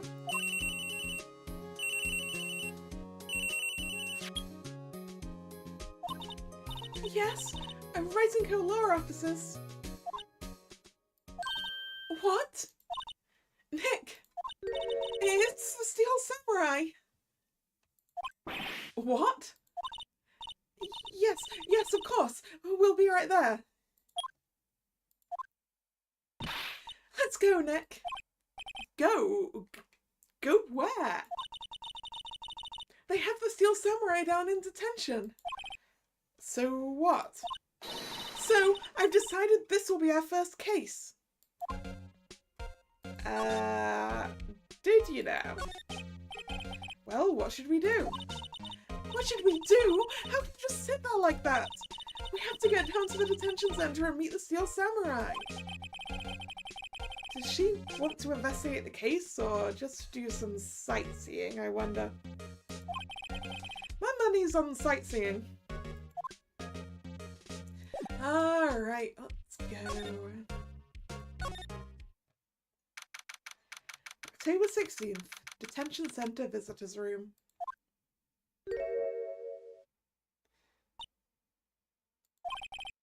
What's wrong, Maya? It's him, in the flesh. Is that guy really him? What do you mean, that guy? Of course it's him. Will Powers, our client, that's him. He looks like a lion. Maybe I shouldn't be saying this. I definitely did it. Murder, at least once, maybe twice. Whoa! What are you saying? Yes? Something wrong? No. This is getting off to a great start. I know. You're disappointed, aren't you? Disappointed? Oh, no. Oh, no. No, it's okay. This is the real me. When I got the part of the Steel Samurai with that mask, I decided I would never show my face in public until the job was over. It's the kids, you know. I didn't want to wreck their dreams. Oh. I guess it didn't matter. So much for dreams. I wonder what they think of the Steel Samurai now.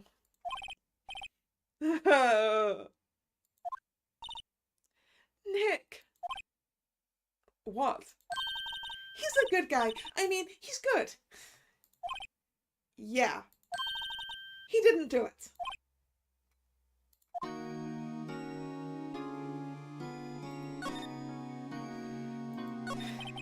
Maybe you could start by telling us what happened. Yes, of course. It seems like it was only yesterday. And actually, it was only yesterday. The cast had come down to Global Studios for a run-through. We went through a few action sequences at 10 that morning. There was a rehearsal scheduled for 5 in the afternoon. But when 5 came around and the staff gathered at the studio, the evil magistrate was found lying in a crumpled heap near the set. They took off his mask and discovered that it was Jack Hammer, dead. He had been expertly skewered with the samurai spear. The samurai spear? Yes, it's a long spear that the Steel Samurai uses as a weapon. But surely the one that you use for acting shouldn't be sharp enough to actually stab a guy, right? Right?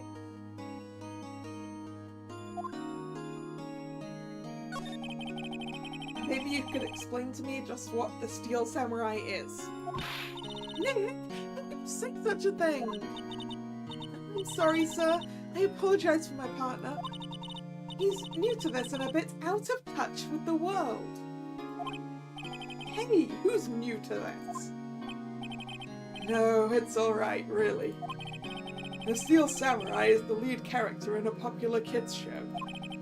He walks the streets of neo-old Tokyo, fighting battle after battle against the evil magistrate and his minions. Of course, he never really defeats the evil magistrate. Although, I guess he did defeat him this time. I see. Neo-old Tokyo? Who comes up with these names? Now, where were you on the day of the murder? Well, that morning I came into the studios at 9. We worked through some action sequences until noon. A rehearsal was to begin at 5, but I was a little tired. So after lunch I took a nap in my dressing room. Classic kids TV show when the villain is never truly defeated, indeed. Indeed. When I woke up, it was after 5. I was late for the rehearsal.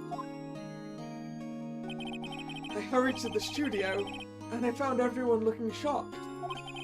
They arrested me on the spot and brought me here. So he was sleeping the entire afternoon of the murder? Some action hero. What will the kids think? I think I should probably check out the scene of the murder. Right, at Global Studios, I'll draw you a map. Wow, Nick, let's go! I'm willing to bet $10 she asks for autographs. But apparently not from this guy. Let's go to the studio! I remember who's waiting here. October 16th. Global Studios, main gate. Wow! So this is where they make the Steel Samurai show. Awesome! Aren't you excited? Hey! You there! No. You there! There we go, something like that. You want in, you gotta go through me. Oh, sorry. We're, lawyers. Oh, yeah. Well, that's great. I'm security. Old bag. Because she is. And it's my job to make sure gawkers like you stay out. Gawkers? Gawkers, sightseers, tourists. I know the type. You heard about the incident and came to snoop around. Youths today. Something horrible happens and all you think of sightseeing. Don't you have jobs you should be doing, or do lawyers not work like the rest of us? Maybe I should become a lawyer too, to live the life of ease. I was young thing. What are the years of these days? That was too fast. That was too fast. Too fast. Nick? Will I grow up to be like her? Please say no. I don't know. It's possible. Hey! Listen when you're being spoken to, youths today.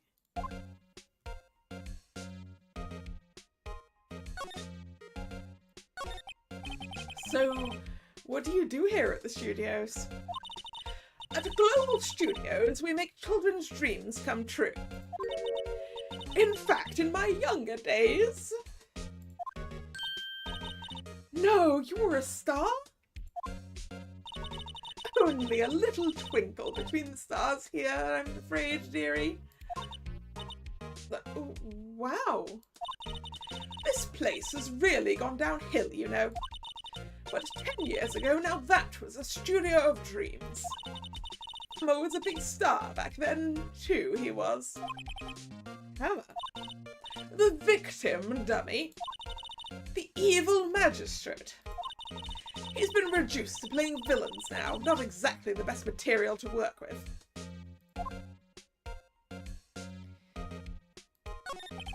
Can you tell me about Mr. Will Powers? He is not a bad kid, but don't be fooled by his mask. You wouldn't want him on the silver screen without it, believe me.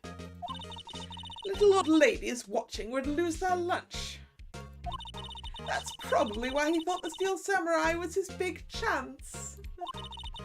No one thought he was capable of doing what he did to poor Jack Hammer. We don't know for certain that Will Powers is guilty. Powers? Of course he's guilty. How do I know? I know everything. That's my job. Alright, what about Mr. Hammer? What kind of person was Jack Hammer? What kind of person? Oh, if only you knew. Jack Hammer will live on in many hearts as the ultimate action hero. He was simply dashing in the Dynamite Samurai series. Should I have heard of that? But there was an accident during filming 5 years ago. He got an unlucky break after that. Reduced to playing the villain on a children's program. What's more, I heard they were paying him peanuts. It's enough to make you cry. Oh, why do you think Powers is suspicious then, huh? Why are you so certain Mr. Powers is the killer? I was standing right here yesterday, I was. I was here from 1 in the afternoon to 5 when they found the body. Now the studio where the murder took place is to the left here. So if you want to go to the studio, you have to pass by me. How much is a peanut? I don't know literally how much a peanut is, but it's an expression about not paying him very much, basically. I don't think they were literally paying him in peanuts. Only one person went by here between 1 and 2:30 when the murder took place. And that person was Mr. Powers? Yes, I saw him.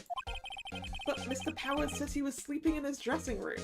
Oh, I'm sure he would say that. He's no fool. But he was the only one that walked by. He's the killer. You can bet your biscuits on it. Isn't it about time for you to be heading home? There's nothing to see here. Move along. Actually, we're here at Mr. Powers' request. I thought you were suspicious looking. Show me a letter of request. And maybe I'll just let you in. This lady here thinks she owns the place, obviously. Are you sure you won't accept my attorney's badge, ma'am? What's that? Are you giving that to me? Absolutely not. Okay. Mr. Powers. Hello. How is the studio? They all think I did it, don't they? No, not at all. Isn't that right, Nick? Right, not at all. At worst, you're a suspect.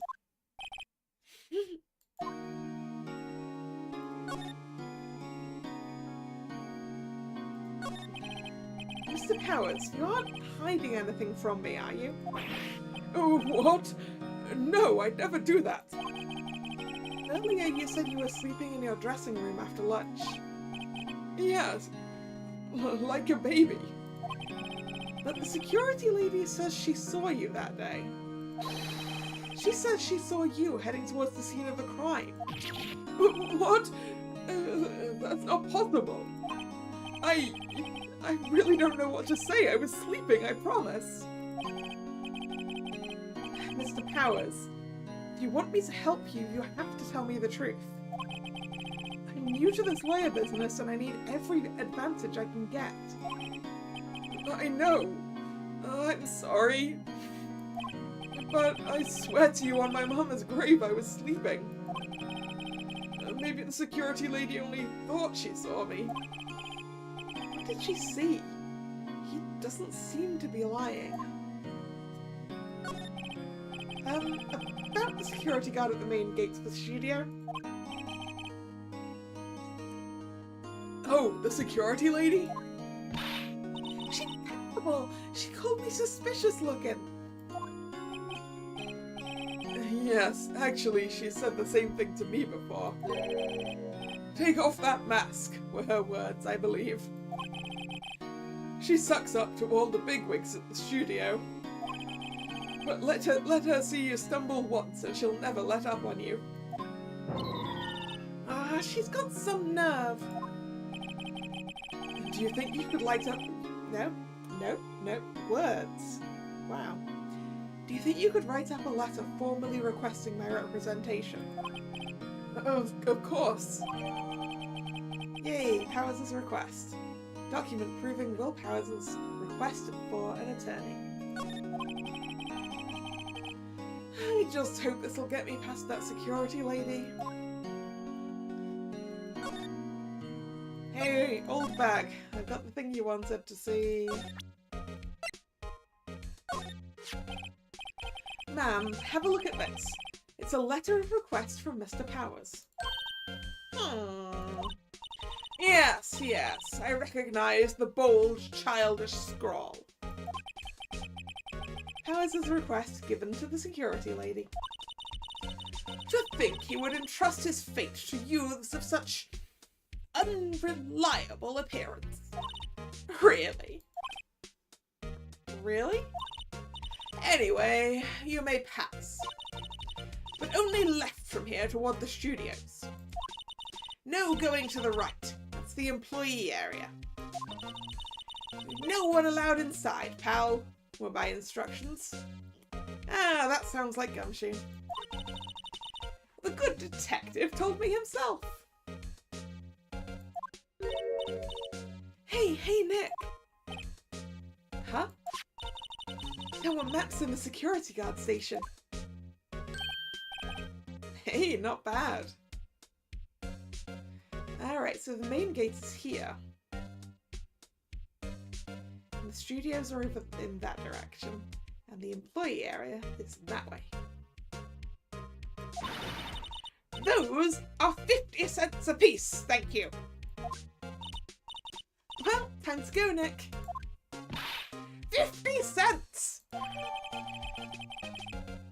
Guide map of Global Studios added to the court record.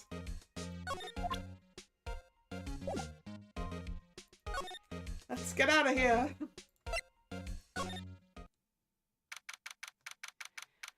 October 16th, Studio 1 entrance. Why is the samurai's head come off? Hey! Aren't you that murderer from the other day? It's the confused detective! Hey, pal! You know Prosecutor Edgeworth is all upset and it's your fault. I saw him sipping tea and staring gloomily out the window. So? Hey! If he's depressed, it's all your fault for doing sloppy detective work. Ooh, way to stab Gumshoe through the heart, Maya.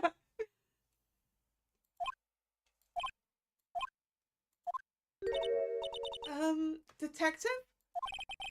I think you hurt his feelings. Oh no, I'm sorry. Well, I think his feelings are easily hurt. Did we break Edgeworth's guilty streak? Yeah, we did. He's no longer undefeated.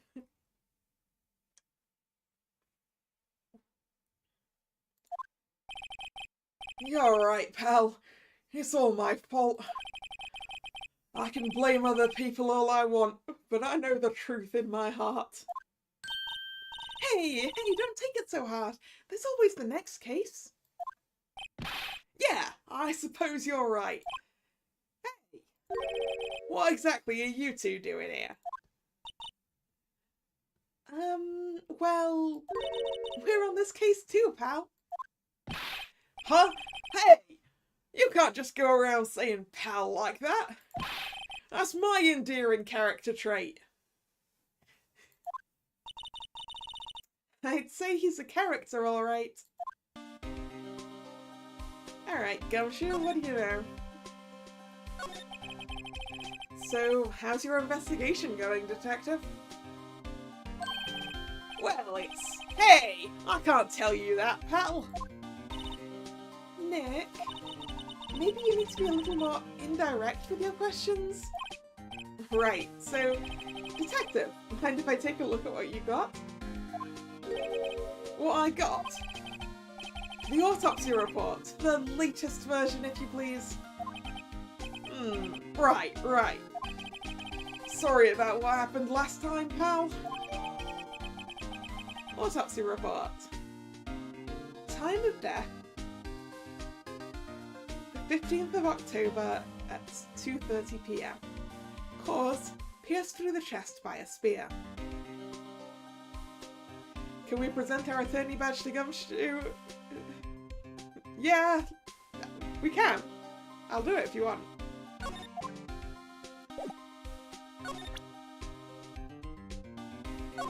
We can present it to anyone.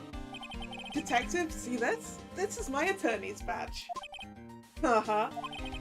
Don't you think it's a little sad when you have to explain what your badge means, pal? Real men show their PD badge and that's that. I'll admit the design of my badge leaves a lot to be desired. Maybe it should just be a big L for lawyer? I'm not so sure about that. There you go. That's what happens if we present it to Gumshoe. Reason for the arrest. Why was Mr. Powers arrested? Simple, pal. The murder took place right over there in Studio 1. Now, the victim entered Studio 1 at approximately 1 PM. At that time, there was no one other than the victim in the studio. According to the autopsy report, the time of death was 2:30 PM. Only one person went to the studio between 1 and 2:30. And that person was none other than Will Powers. No one else, pal. If you think I'm lying, ask the security lady at the main gate. Well, what if I think she's lying? Nick, if that's true, anyone would think that Powers did it with that kind of evidence. Thanks for cheering me up. Yeah, the security lady, huh? About the security lady. Oh, that sweet old lady. What a charmer. Huh? Are we talking about the same person? Well, I think that answers your question earlier, Drag. This is what a reliable appearance is, apparently. When I showed her my badge, she gave me a donut and some coffee. Remember what Powers said? She's a sucker for authority. She even gave me a piece of valuable evidence. What? Really? What kind of evidence? Well, that, photo. The photo of the Steel Samurai heading towards the scene of the crime. What? Who took that? See the camera up on that gate, pal? The gate? You mean the one with the welcome sign? Yeah. Whenever someone walks by, that camera automatically snaps a photo on. Oh no! Nick, he has evidence! We're finished! Funny, for someone with hard proof, he doesn't look too happy. What's wrong, pal? You seem down. Don't look so happy when you say that.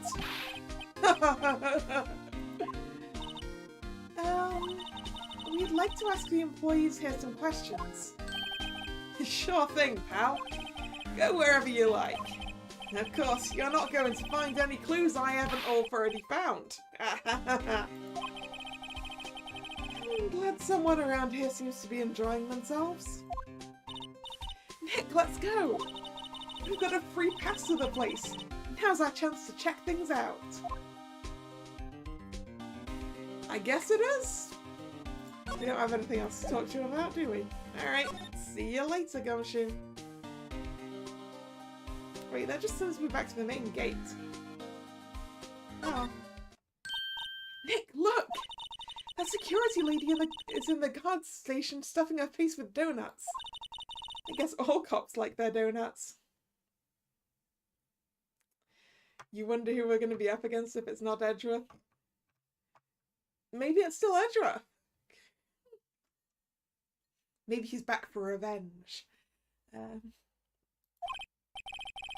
Yeah, and they're soft enough she doesn't need teeth to chew them. Hey, you! Well, are you satisfied Powers is guilty yet? She had to make my life harder by giving that photo to Detective Gumshoe. Yeah, I'd like to see the proof, please. Why didn't you tell us about that security photo, ma'am? Oh, that. I just thought it would be more thrilling to talk to the detective himself. These things are important, you know. Oh, just to the left from here is the gate with the camera that took that photo. It's my job to check the photos every day, you see. Really? About the security camera. Oh, yes, the camera. It's automatic. It can tell when someone walks through that gate, see? Then it snaps a photo. Apparently, it records the time when it takes a picture too. But I don't bother myself with those details. I just view all the photos on the computer over in the security guard station. I check them every day before going home, I do. Alright, okay. This guard station is in a central position. No matter where you go here, you pass by my station first. Now, poor Hammer, he went to the studio just before 1. The murder happened right around 2:30, see? The only one I seen go through here between 1 and 2:30 was Powers himself. The security camera got a good look at him, too. If he's not the one that did it, I don't know who is. Maybe it was you? Good one, Sonny. She thinks I was joking. And Mr. Hammer?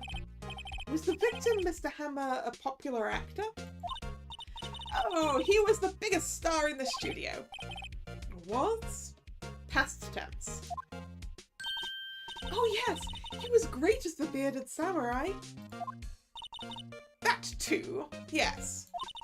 He shone the brightest back in the day. Making a star like him play the evil magistrate is a disgrace, I tell you. Hammer took it pretty hard, and who can blame him? Really? You know what I didn't do while I was over... we can access the employee area now. While I was back on outside Studio 1, what I didn't do was examine stuff. Hey, there's a camera here. That's the security camera. It takes photos of people going to the studio. All you have to do is look at the data and you can see who went where. There's a number plate on the camera. ST1307. That must be the camera's ID number.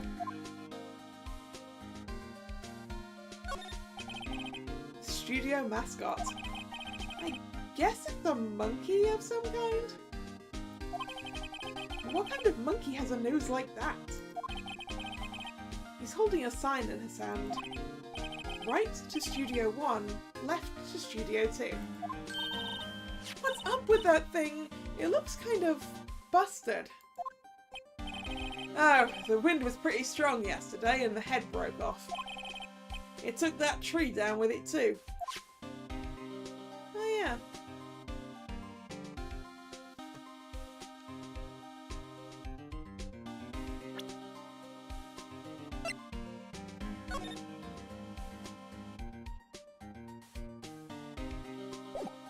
Okay. The sign is in the right place. I mean, I guess I could have got that anyway with the fact we can see Studio 1, but shh. No clues here. The entrance to Studio 1. This is the studio where they found Jack Hammer's body. Let's go in and check it out, Nick.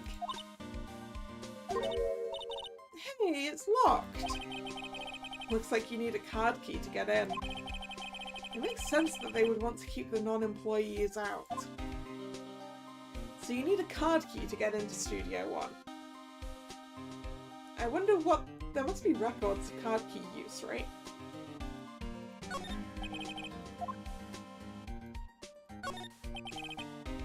I'm a little bushed. Maybe I'll take a short rest here. Hey, good idea, pal. Detective, aren't you on the case? Well, yeah, but... Hey, us detectives get tired of standing around too, pal.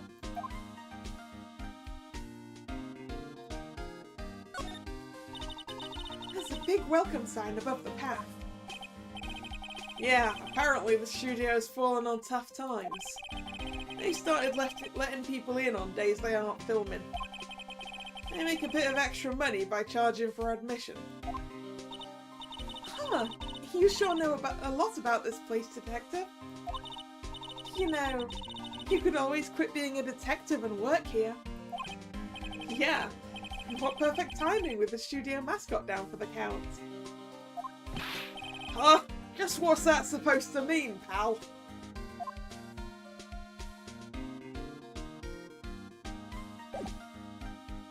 Alright, anyway, let's go back to the main gates and then on through into the employee area. If we can't go look in the studio. October 16th. Global Studios employee area. Nick! This is where they do all the behind the scenes stuff! Look! That's Powers' dressing room! No one's here this soon after the murder, I guess. Let's take a look around. Yeah, let's. What are we drawing here? A window into the dressing room. The glass is frosted, so I can't see inside. Which makes sense if it's a dressing room. Let's see. Cola, candy, chips, gum. Huh, it's so normal. I was expecting some cool theme snacks or something. Popcorn at least. Oh, wait, look! Samurai soda! Nick, try this. Ladies first.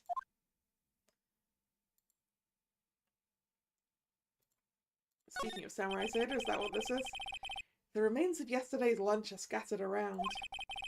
Everyone was probably too shocked to clean up. There's a T-bone on one of the plates, minus the steak. T-bone steak! That would have hit the spot.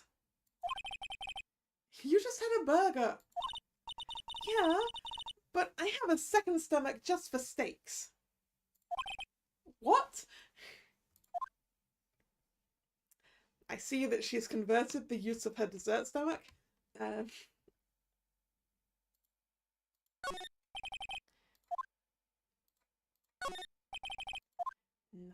there. Wow. What's with this grate? The metal grate on the drain here has been taken off. That's a pretty big drain. A kid could fit through there, I bet. Yeah, if you snuck in that way, you wouldn't have to pay at the gate. You also wouldn't be seen from the gate. Well, if you want to leave that way, be my guest. Right. Huh? Hey, I'm not a kid. Bike. Looks like one of those electric-powered bicycles. I don't know about these. I mean, what's the point? It makes it a lot easier to go up hills. Don't people cycle to get exercise? Yeah, but I don't want to be dead by the top of the hill, Phoenix. Backdrop? Yeah, there's a half-finished backdrop for a stage here. Looks like a castle. Probably Neo-Old Tokyo castle.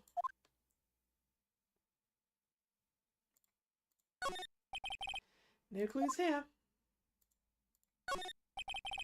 No clues here. Nothing over there at all? Got it. We already looked at there. Right. The door to the dressing room. It's not locked. Hey Nick, let's take a look inside. Maybe we can find something as a souvenir. Maybe we can find something as evidence, Maya. Not a souvenir, evidence.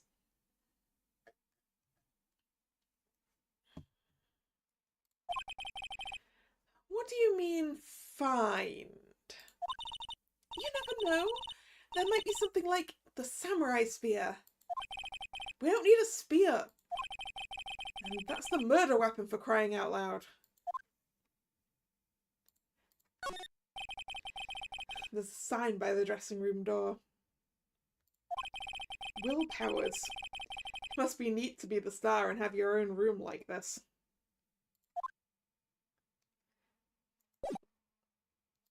Can we move into the dressing room? We can. October 16th, Global Studios dressing room. Powers' dressing room. So this is where he was sleeping? Or at least this is where he claims he was sleeping. No one actually saw him taking a nap here, did they? Right. And there's a picture of him near the crime scene.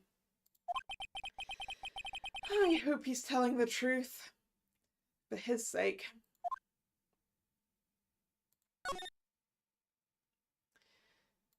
Well, it looks like someone was having a nap. Looks like someone was sleeping here. Maybe Powers did take a nap here yesterday. There's tea. There's a bunch of snacks on the table. They must give these to the employees. Some tea and cookies. Nick, I'm hungry.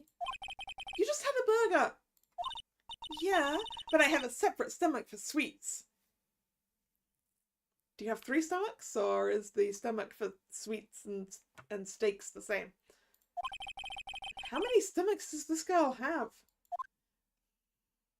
Ooh, a bag. This must be Powers' bag. Infinite stomachs. Ah, yes. Hey, don't open that. Look! An employee card key. That must be Powers'. It says Studio One. Let's take it, Nick. Borrow it. You mean borrow. Well, that'll get us into Studio One, eh?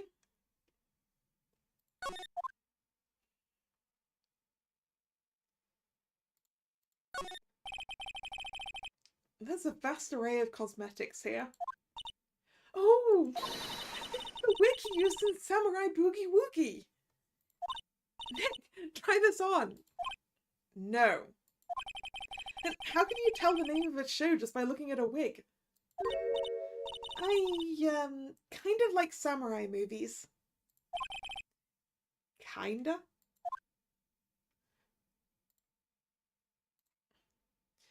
We've got a bunch of costumes.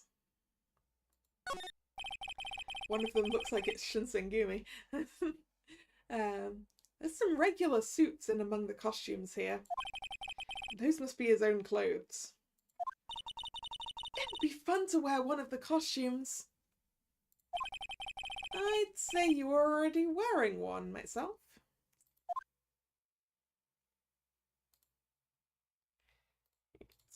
Window. It's locked. Looks like he doesn't open his window much. I guess it is kind of dusty outside.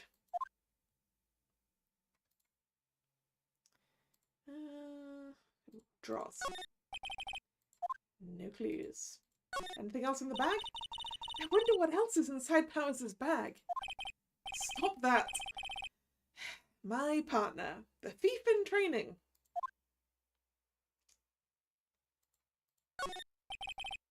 No clues there.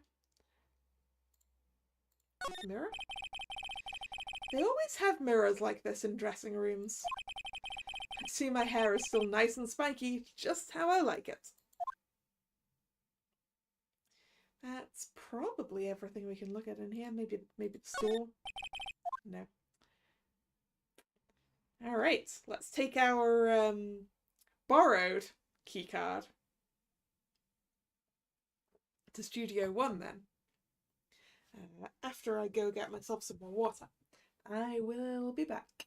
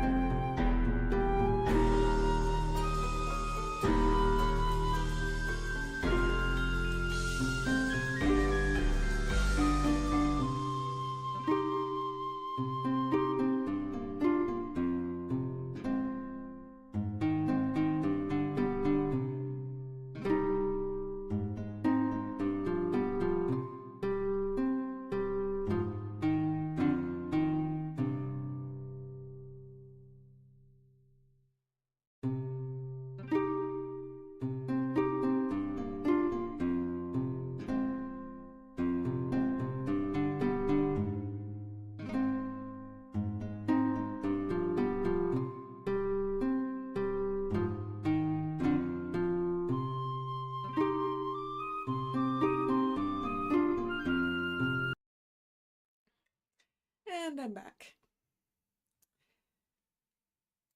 So, back into the employee area. Back to the main gate. Hi, old bag. Actually, I wonder if she's got anything else to say. Nope. Back to outside Studio 1. Hi, Gumshoe. And into Studio 1. The entrance to Studio 1. This is the studio where they found Jack Hammer's body. Let's go in and check it out, Nick. I wonder if this card key we borrowed from the dressing room will work. It opened! Alright, we're in! She's way too happy for someone visiting a crime scene.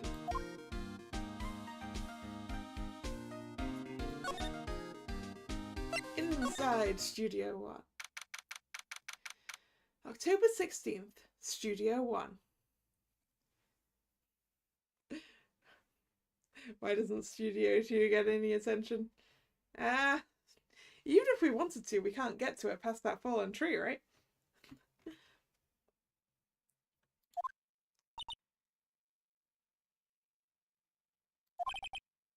What is it? You're real quiet all of a sudden. Doesn't it give you the shivers, Nick? That white tape! It's so real! Well, the evil magistrate did die here. And the steel samurai killed him. The murder weapon was the samurai spear. Sounds pretty real to me. There's a distinct lack of blood for somewhere where someone got stabbed.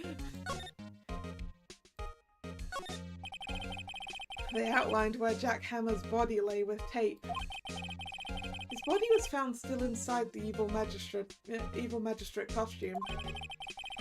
I guess that's why the head part looks like a helmet. Funny, I expected a spear stabbing would leave at least a few bloodstains. Ah! Phoenix has the same thoughts I do. I guess the costume must have absorbed most of it.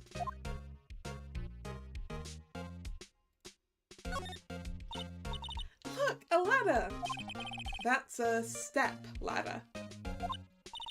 So, what's the difference? You need to stop judging things based on narrow-minded cultural assumptions, Nick. Right. Sorry. This girl is out there. The difference between a ladder and a stepladder is that a stepladder is sturdy on its own. Whereas you've got to put a regular ladder up against something. Hey, look! That's the chair the director sits in! I've always wanted to sit in one of those. Hey, Nick, take a look at that. One of those black and white boards they clap at the start of filming. And look, a megaphone! A real life megaphone! Ready, Nick? Action! This girl is more troubled than I thought. No clues here. Wow, look at that camera! That must have cost a ton. Yeah, so don't touch it. Oh, it's heavier than I thought. Hey, you! No touching that! Oh, sorry, wrong voice entirely. Hey, you! Stop touching that! There you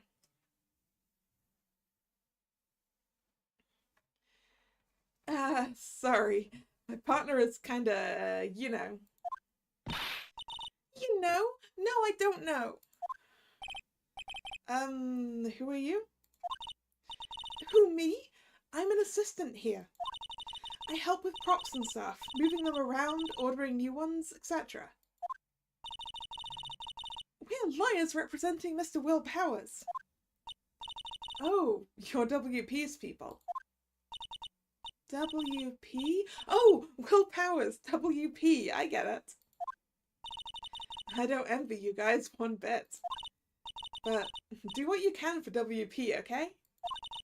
He's never hurt a fly, he has to be innocent.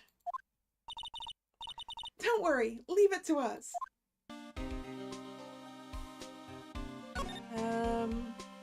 So, what did you see the day of the crime, Penny?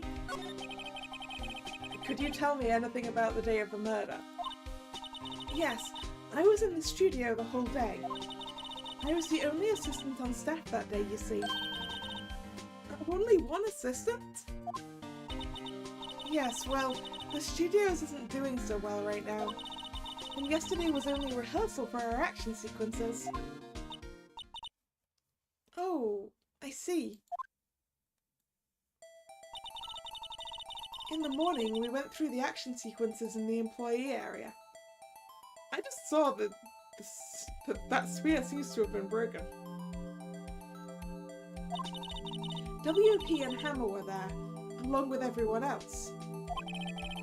The employee area. That's where Powers' dressing room is, right? Yes, that's the place. After eating lunch there, Mr. Hammer went to Studio 1. Then I saw WP go into his dressing room.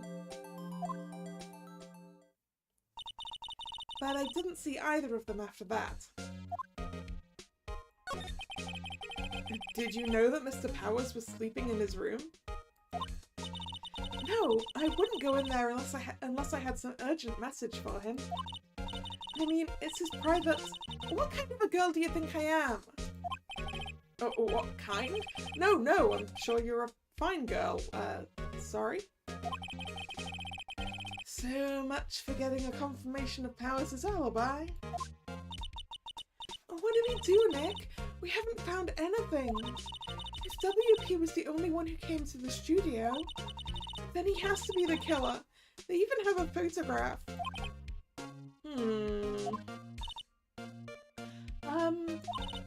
Sorry, I know you're busy. Not really. Actually, there's been something bothering me. Aha! That's what I'm talking about. A clue! A lead! Well, I don't know about that, but that day, just after noon, I sensed someone was here. You sensed?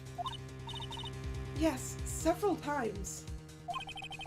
So, some other studio employees, maybe? No, I don't think so. The only thing we had scheduled was an action scene run-through. I was the only assistant here that day. I have a feeling it was someone from outside. Really? Oh, wait! If someone had come in here, wouldn't that security lady have noticed them? Yeah, you're right. I'm sorry I don't have any better information than that. No, thanks.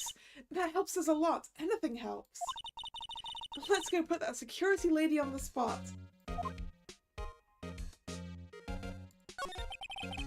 So, you sensed that someone other than the regular film crew was in the studio?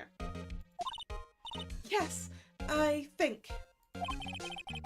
I think doesn't cut it in a witness testimony. Nick, what about the security lady? If someone else came into the studio, she must have seen them. Alright, I guess we've got to go see Old Bag, huh? I want to finish examining this place, though. No clues. Wow, look at that camera! We already did that one. But... looks like a backdrop for a stage. This must be used in the Steel Samurai show. Of course! That's the mountain! Neo Fujiyama! We're just putting Neo in front of everything here, aren't we? Doesn't the Steel Samurai take place in old Tokyo? Can you even see Mount Fuji from there? Not old Tokyo, Nick. Neo old Tokyo. Oh, right.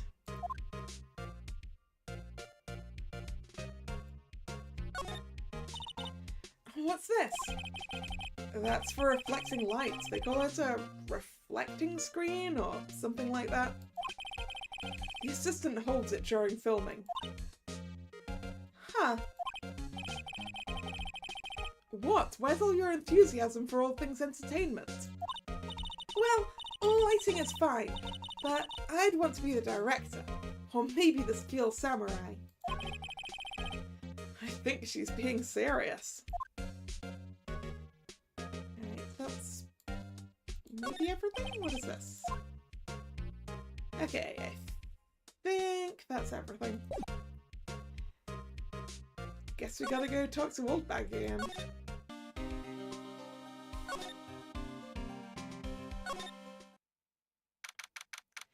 October 16th, Global Studios, main gate. What? You're still here? Really? You look as though you've seen a ghost.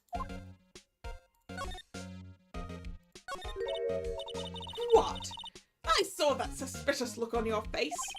I wanted to ask you again about yesterday. You came here at 1 PM, correct? And the estimated time of Hammer's death was 2:30. Are you sure that Powers was the only one to go through here between those times? Also, why are we worrying about between those times? What if someone went into Studio 1 before that time? You know, before Old Bag was here. Someone could have snuck in before that, right? Are there any other security people we could talk to?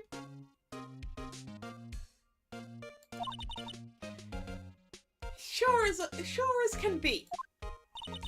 But we have a witness who thinks there was someone from outside here that day.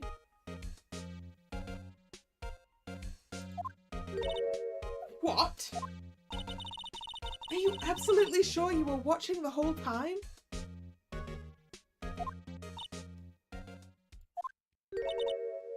Ma'am?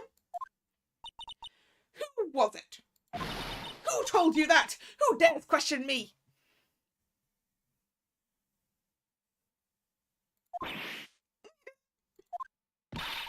All right, you better tell me quick, you spiky-haired cretin. Someone has been complaining about the work I do, eh?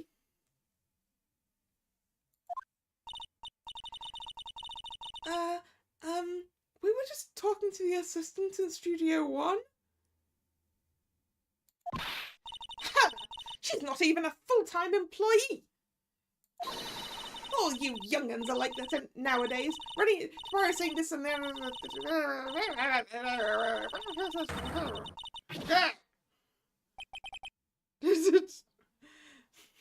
I'm not even attempting words when Old Bag goes on a tirade like that.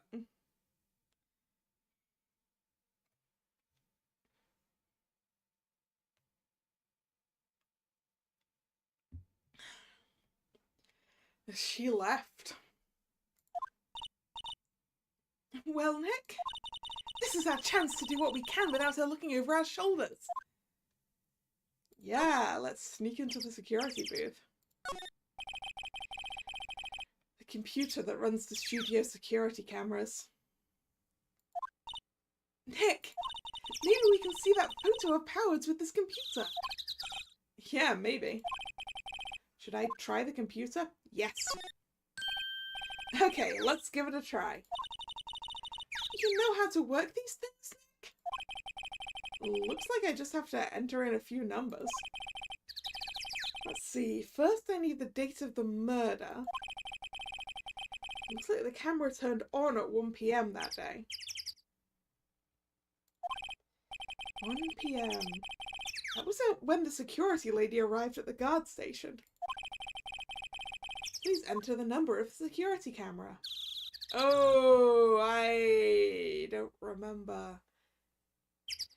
ST1 3. I want to say 370. There, entered. Nothing happened. Huh? Maybe I got the number wrong. Maybe we should go look at that camera again. No, there's only 3 options.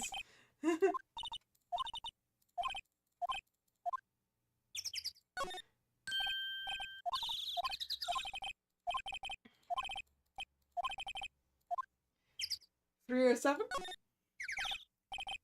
There, enter. Hey, it printed out the data for that day. Let's see what we got.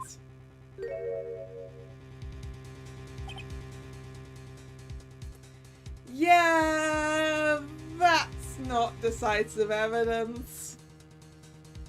That's someone in a costume with their face turned away from the camera. More importantly, that someone is clearly not tall enough for those trousers. Huh? How is this a picture of Will Powers? Well, he is the one who always wears that suit. I guess that's why the security lady thought it was him. I don't imagine the detective was very happy with this photo as evidence. Something's printed on the back. Huh? October 15th, 2 p.m, photo number 2. What does that mean? Maybe there's more photo data from that day? Nope, that's the only one in the computer. Which means someone deleted the data for photo number 1. Which, in theory, should be Hammer's photo going in, right?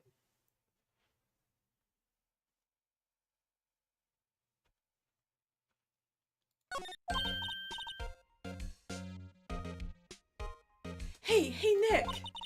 Can't we use this photo as evidence for the trial? Yeah. We'll put that security lady in her place with this. Right, we'll put her in her place. Hey, that's what I said. Anyway, let's show her this photo and see what she says. Wait, let's not. Why not? It's never a good idea to reveal your hand to the enemy too soon. You're craftier than I gave you credit for. Why, you could be the next evil magistrate. Hey, why do I have to be the villain? Relax, it was just a joke. So, are we done for today?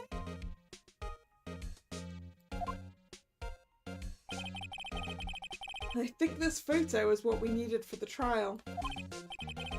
Still, it'd be better if we had some idea who the real killer was. Isn't it evil villains who reveal their hand too quickly? Exactly, which is why we shouldn't do it.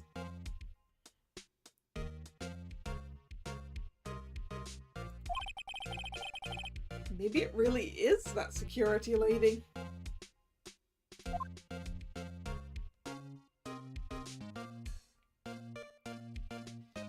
Probably not, I don't think. Save.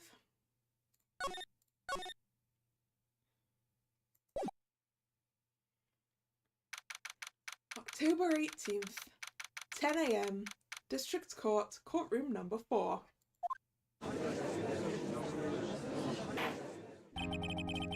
It's amusing that regardless of which courtroom we have the same judge. Court is now in session for the trial of Mr. Will Pounce. The prosecution is ready, Your Honor. See, it's Edgy Boy again. The defense is ready, Your Honor. Very well. Mr. Edgeworth, your opening statement, please. The prosecution will show the court that at 2:30 p.m. on October 15th, the defendant, Mr. Will Powers, killed fellow actor Jack Hammer in Studio 1 of Global Studios. It is impossible for anyone else to have committed this heinous crime. This judge loves us very much. Clearly! The evidence presented during the trial will all point to this fact. I see. Very well. I would like to move on to some testimony. Mr. Edgeworth, the prosecution may call its first witness. Very well. I call a most familiar face, Detective Gumshoe, to the stand. You guess you could say the same for Edgeworth. What? That he loves us very much.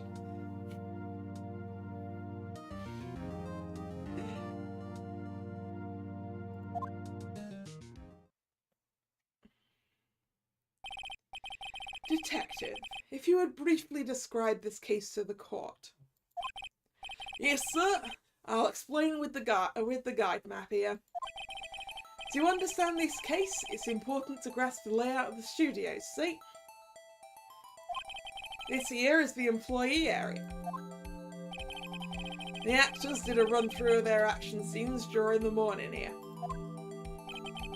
This is the main gate to the studios. The security lady that works at the studios was here at 1 PM on that day. Past the security station there's a gate, see? Past that are the studios. And here it is, Studio 1. This is the scene of the murder, where the body was found. Now on the day of the murder, October 15th, there were only 3 people here. The victim, Jack Hammer, the defendant, Will Powers, and a young woman, the production assistant. All the production staff were in the employee area until noon. Then after lunch, the victim, Jack Hammer, went to Studio 1. Even. Right after that, at 1 PM, the security lady got to the guard station. Now jump ahead to later in that day, 5 PM. The production staff came to Studio 1 to perform a rehearsal. Needless to say, the rehearsal was cancelled. The time of death was 2:30 PM. The samurai spear found lodged in the victim's chest was the murder weapon. That's the case in brief. Anyone like to hear that again? Should I listen to that whole thing again? No, I think I'm good. I think I can probably remember that. So, the murder weapon was a spear. How medieval! Samurai spear added to the court record. The spear was found stuck in the chest of the victim. Your Honour.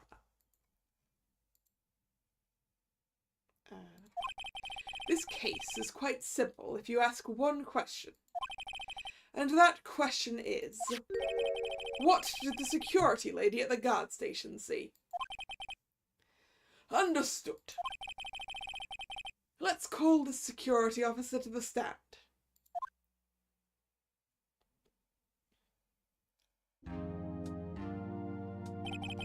Will the witness declare her name?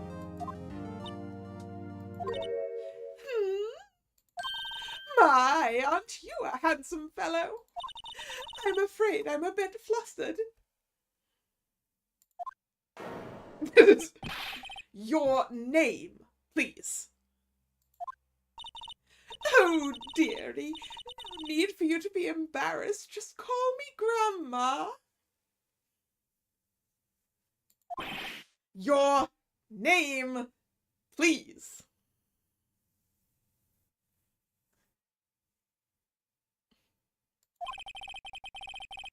Seems Edgeworth has a bit of trouble getting his witnesses to say their names.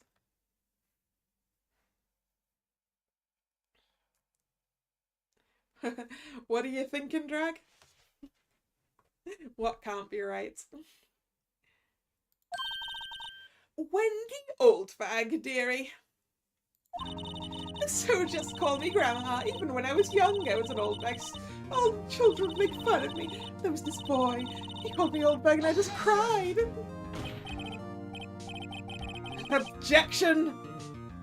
I object to the witness's talkativeness. She sounded like April May. What, because she was hitting on Edgeworth?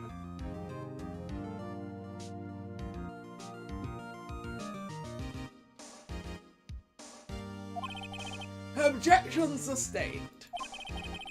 The witness will refrain from rambling on the stand. I was just getting to the good parts, dearie. Perhaps we can get to the testimony. Now, the witness was stationed at the main gate on the day of the murder, correct? Yesy, I was. And to get to the scene of the murder, someone would have to pass by you.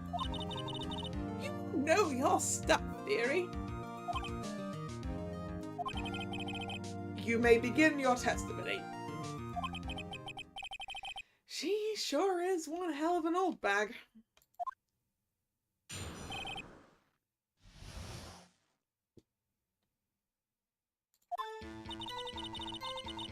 On the day of the murder, I arrived at the guard station at 1 p.m. Poor old Hammer and the rest had been doing a run through there since the morning. I had some errands to run that morning. Anyway, it was 1 p.m. when I got to the guard station. So there isn't another security guard that swaps off shifts then, got it. I was at the main gate from then until 5. Now, the murder happened at 2:30 p.m, right? Interesting to me because a certain man walked right by me at 2 p.m. It was Powers. That man right there, and he was headed towards the studio. You saw the defendant, then? Very well. Let's begin the cross-examination. Mr. Wright? Yes, Your Honor. I think the thing where she says it was Powers.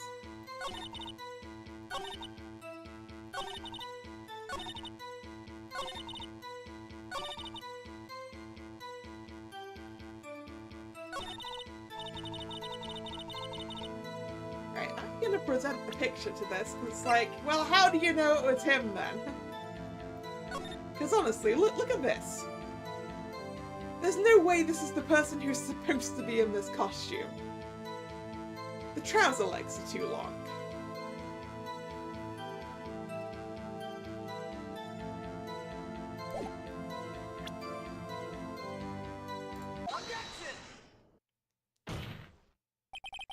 Let me get this straight, old bag. Miss Old Bag. You've been saying since yesterday that you saw Mr. Powers, correct? But you're talking about the man in this photo, aren't you? Just a moment, Mr. Wright. Let me see that photo.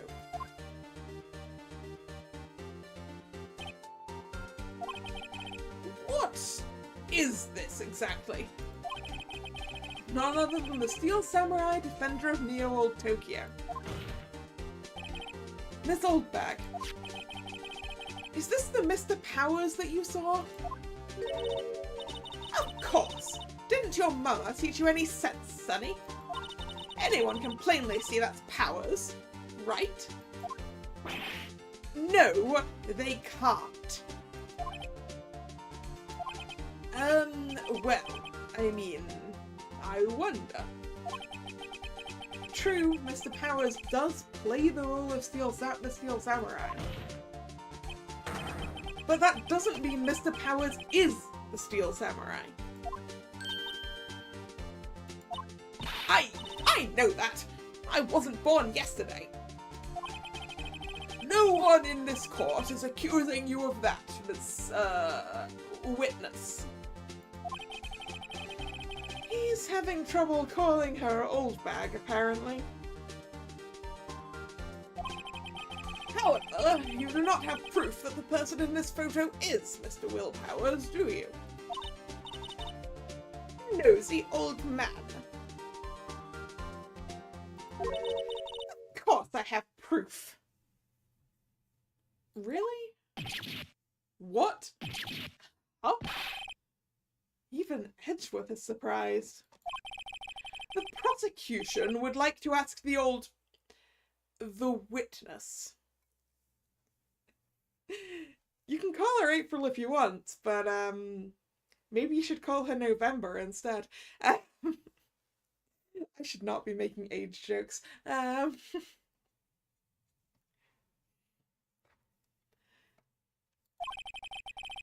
Please make known all the information in your possession ahead of time. How was I supposed to know everyone would be so nosy? You should be ashamed, all of you. Anyway, I showed that photo to the young detective. He told me, "This isn't any good as evidence, pal." He didn't even give it a second look. Wow, the whole windbag has left even Edgeworth speechless. She's good. Let's hear about your proof, then. The man in the photo. I never say anything I don't mean, mind you. That morning, during the run-through of the action scene, I saw Powers trip and fall. He broke one of the props. It was a big mess. Apparently, he sprained his ankle pretty bad.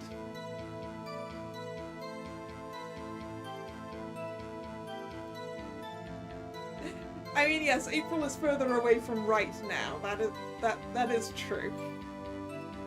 That is true, Drag. Now look at that picture.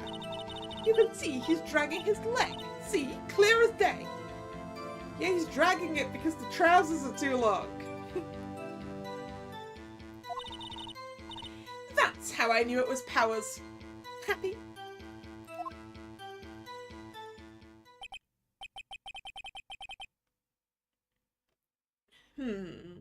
So he had sprained his ankle. Very well. Mr. Wright, you may cross-examine the witness. She's got to be hiding something. I'll press her until she squeals. We're pressing then, are we, Phoenix?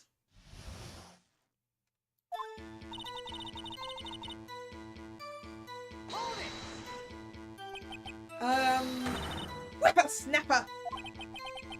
Hey, I haven't said anything yet.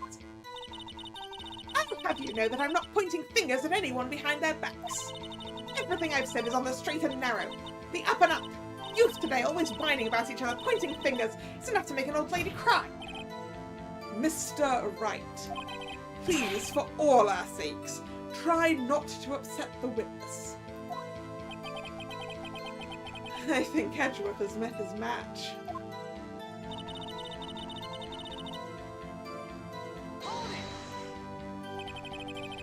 Who was present at the run-through? Well, let's see. There was Powers, he's the Steel Samurai. Then poor old Hammer, the evil magistrate. And me. Why were you watching rehearsal instead of manning the security post like you're supposed to? Was that the errands you had to do in the morning? And what exactly were you doing? Observing, just observing.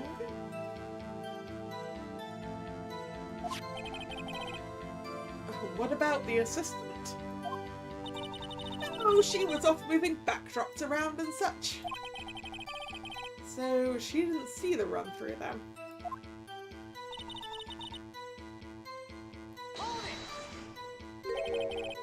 Trip and fall? Yes, and to think, he's supposed to be the Steel Samurai. Oh, what a laugh. So, Powers sprained his ankle. I helped make it better for him, of course. You helped make it better. I kissed it where it hurt. But let's just skip over that part, shall we? Where was the assistant then? Oh, her. She was cleaning up backdrops, I think. Can we ask the defendant if he did sprain his ankle? Yeah, we can't do that right now, that's for sure. She didn't know about Powers' ankle. You may continue your testimony.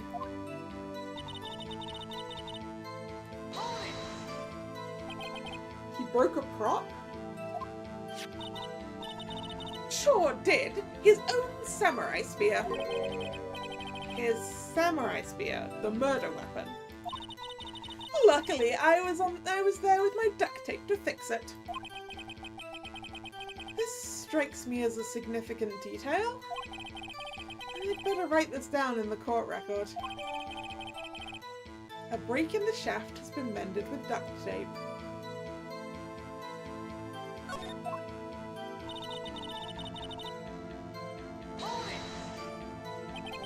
Was Mr. Power's ankle badly sprained? Not so bad he couldn't walk around. He went to his dressing room to rest up after lunch. Thus the nap. Anyway, I saw him dragging his foot when he walked. Dragging his foot. Okay. I think we've heard enough. Haven't we, Your Honour? Well, there is one thing that bothers me. Which is... where is this steel samurai costume now?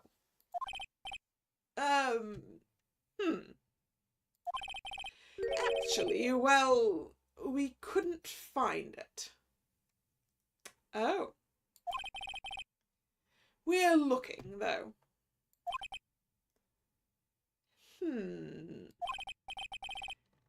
Anyway, that's not important. The witness did see the steel samurai, yes.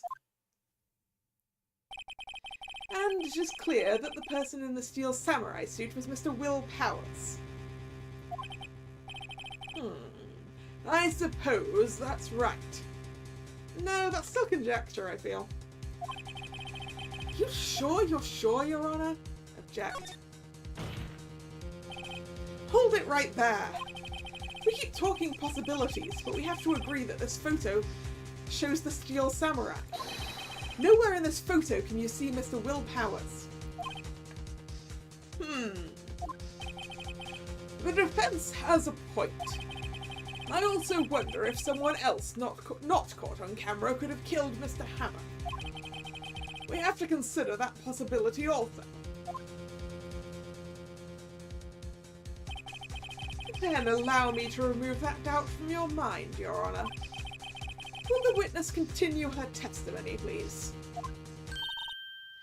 No need to ask twice. Witness's account continued.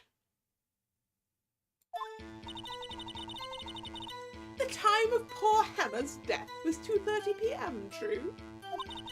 The only person I saw go to the studio before then was Will Powers. No one else went there. If they had, I would have seen them. Not if they did it while everyone was at rehearsal that you were watching. You weren't even at the security post until 1. So if no one else went to the studio, then it would have to be the steel samurai who did it. Mr. Wright, you may cross-examine the witness.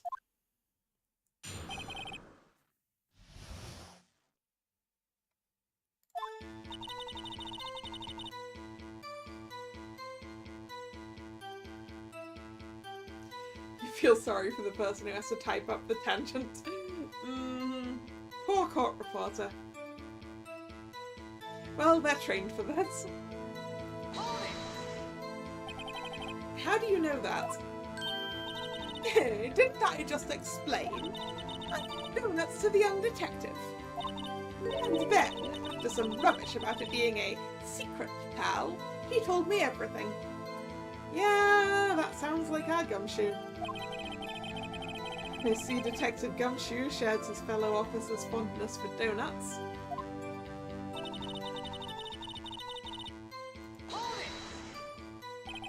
Are you absolutely sure? Oh, quite, Sonny. Nobody suspicious looking passed by at all. What about people who didn't look suspicious, though? Nobody suspicious looking. Right.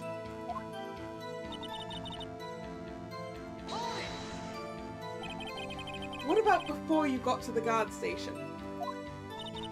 You mean before 1? Why, everyone was in the employee area before then. And I locked the main gate so no one could get in.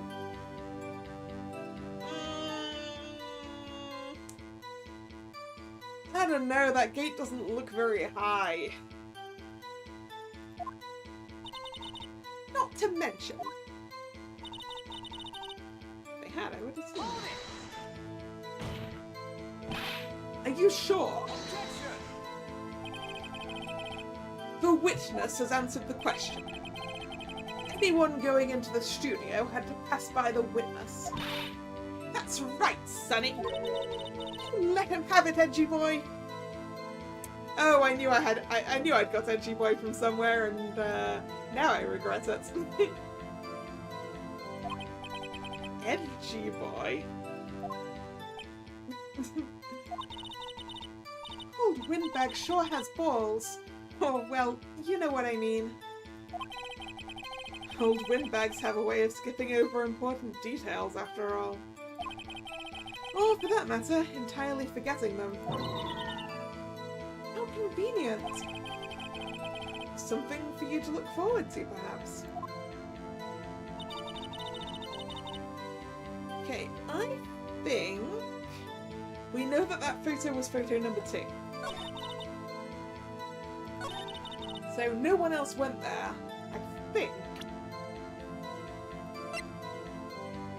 We can press with this. Sorry, present, object with this even. Objection! Hold on. Look at this photograph one more time. This photo was taken by the camera at the gate for the studios, correct? Yes, sirree, Sonny. So whenever anyone passes by here, it automatically takes a picture. Here I thought you didn't know your head from a hole in the ground. Right. Anyway. It's also true that the computer in the guard station records all security cam data.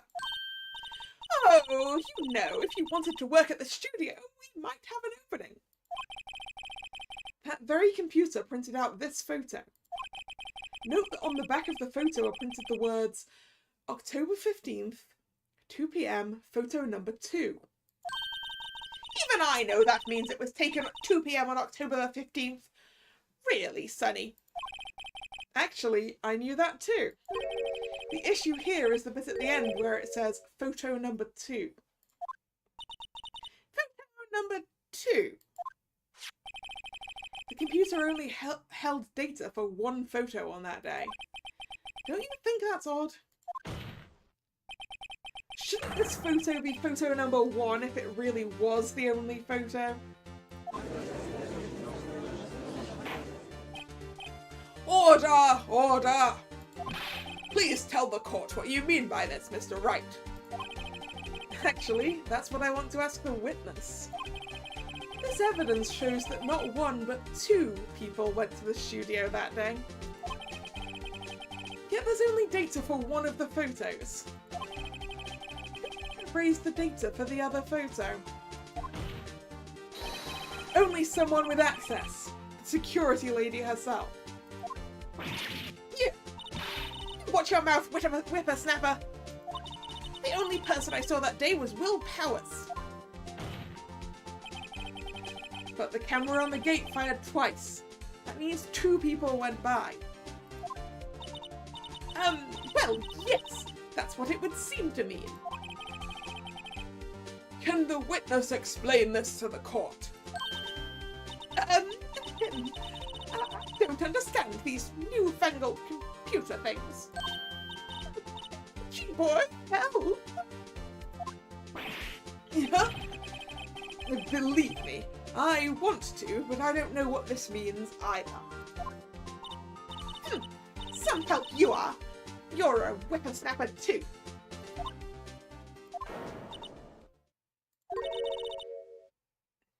Whippersnapper? Something the matter, Miss Oldbag? That's right. I just remembered something. Let me guess. Someone else passed by the gate. Someone other than the Steel Samurai. Well, yes, I suppose you could put it that way.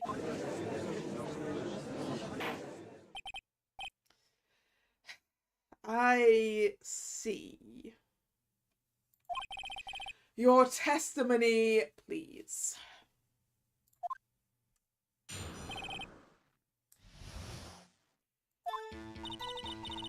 Every day after I finish my guard duties, I have one other important job to do.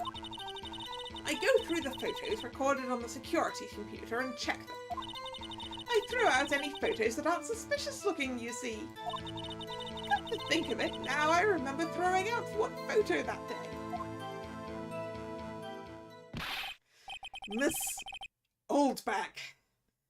This is the first I've heard of this. And you really shouldn't be deleting photos like that. Well, of course, Bunny. I've only just remembered it. Right.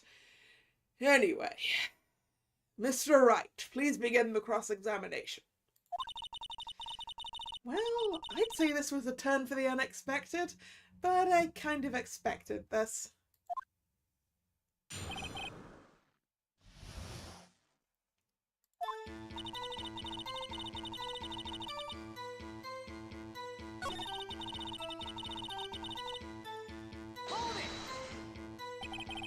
How many photos are there usually? On a day when we're open to the public, we get more than 500 people. But on filming days or rehearsal days, well, we don't have much money. We never get more than 50, and that's a big day. Yeah, I guess storage space could be limited, but you'd think on a day when there was a murder, you'd keep everything.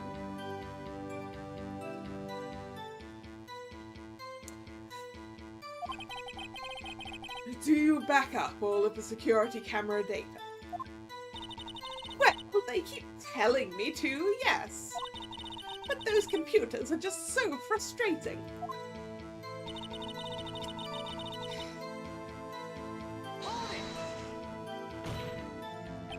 How exactly do you determine what isn't suspicious looking? Oh, you can tell by looking at their faces, for the most part. For the most part. This is a murder trial, Miss Oldbag. Well, I didn't touch that suspicious-looking Will Powers' photo, did I? I think she's missing the point.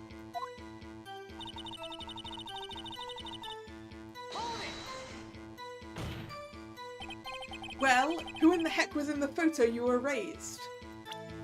Oops. Accidentally clicked the options. A fanboy.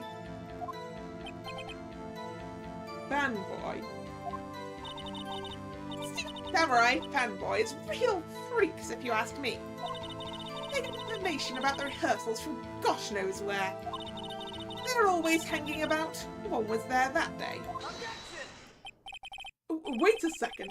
Didn't you just say no one else could get in? I locked the main gate so no one could get in. Those were your words. Well, you must know there's a drain that goes into the employee area. The grate has been loose for a while. It leads outside and, well, that's where they come in. They come in through the drain. Yeah, how is a fanboy not suspicious? Right?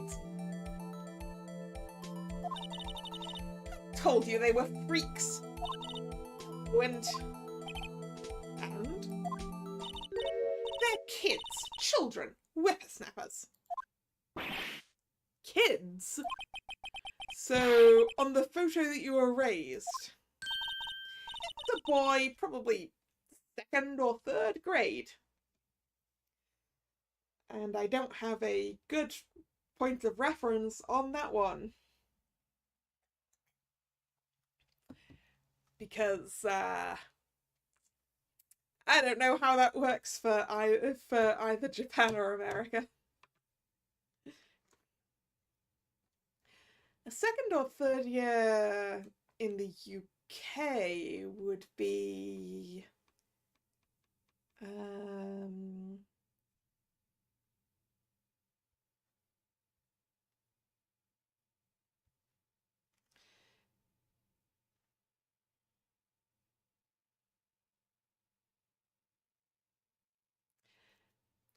like somewhere between 5 and 7, if I did my maths right just then. It may be 1 or 2 years off for American. US grade 2 is UK year 3. Okay. So then 6 to 8. We're looking at a 6 to 8 year old then.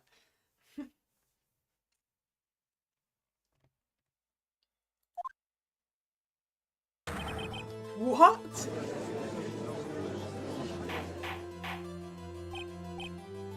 Order! Order! Let me get this straight. You saw 2 people pass through the gate on their way to the studios that day. One was the steel samurai dragging his leg. The other was a boy who looked to be in around 2nd or 3rd grade. Oh yes, we see his type there every day. Can't stop him, can't catch him. A boy in 2nd or 3rd grade, I assume it would be hard, if not impossible, for a young boy to wield the samurai spear. Impossible, I'd think. It's quite heavy. You know what the real problem with this is? That camera captured 2 people going into Studio 1. Where's the picture of the victim going in there, huh?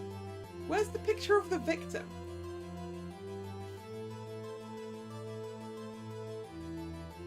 Welcome back, Nick. Alright. Say, I didn't pay him much mind. That's why I raised the data. Nick? What's going on? I mean, the boy was there and that makes him a suspect.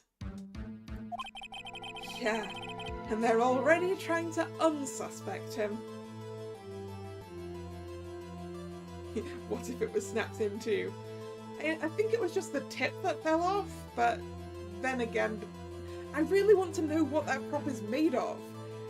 Because surely a prop spear you shouldn't be able to stab someone with.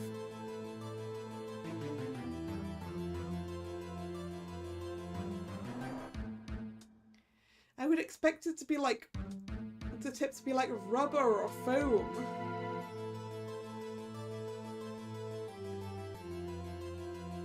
Like maybe you could take someone's eye out with it, but I don't think it should be able to break skin.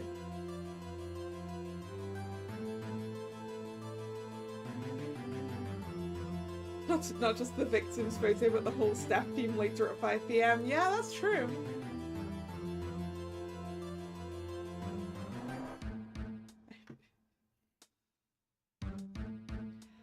Or then again, maybe the camera is only active to take photos while Old Bag is in the booth, which doesn't make sense. That thing should really be on all day. But I guess if she headed to her booth after Hammer went over, then there wouldn't be a picture of Hammer if the camera wasn't turned on by then. This court will take a 5-minute recess. I want the defense and the prosecution to consider this new information. And no forgetting vital information this time.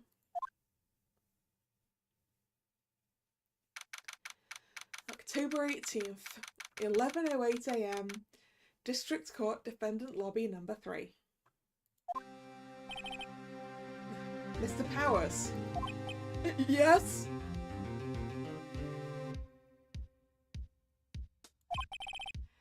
Tell me straight, were you really in your dressing room?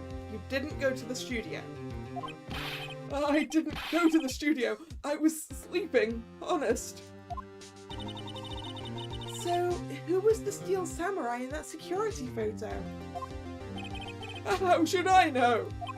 The steel samurai costume was up in the corner of the dressing room. Anyone could have walked in and taken it, really. What? You should take better care of that stuff.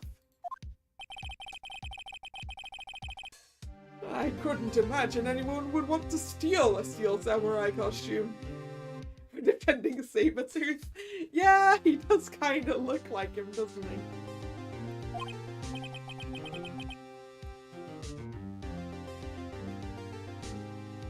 So, where does that leave me?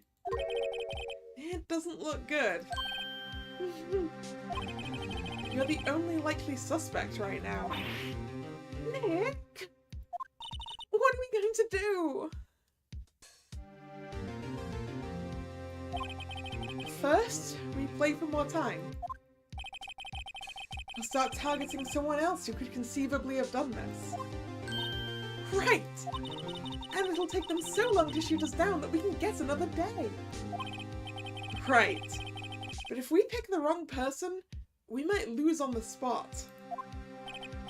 You don't sound very optimistic. I'm not optimistic at all, actually. Hey, Nick, it's time. Okay, let's go. What does that mean? Please don't sigh like that.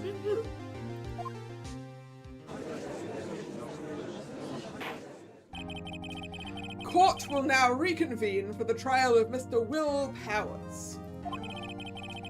Mr. Edgeworth, will you present the prosecution's thoughts on this matter? No, we didn't ask him if he sprained his ankle. Whoops. The prosecution's thoughts are simple. Nothing has changed. The other person who went to the studios was a boy of roughly 10 years of age. Oh, we did that maths wrong, Drag.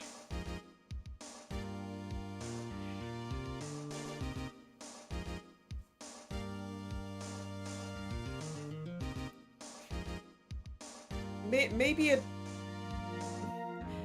it wasn't 2nd or 3rd grade US.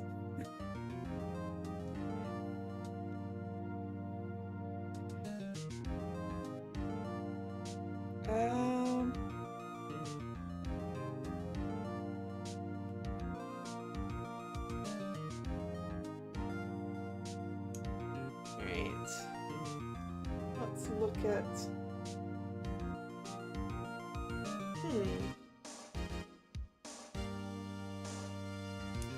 Yeah, everything I'm seeing confirms what you found, Drag.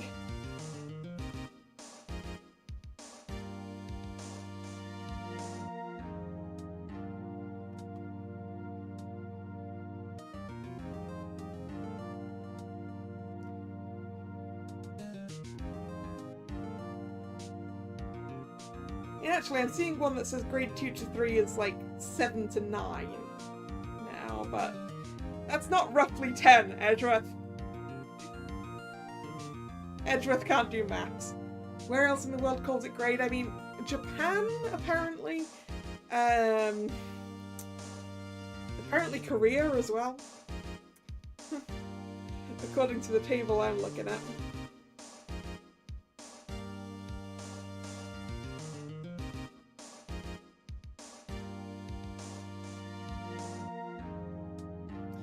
Edgeworth is rounding this boy's age up too much.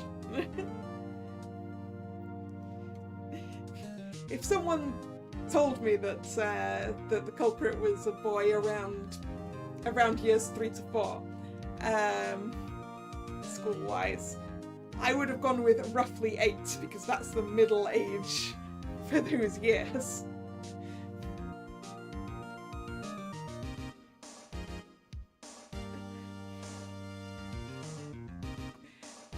Because I feel like there's kind of a world of like height and strength difference between around 8 and around 10, you know?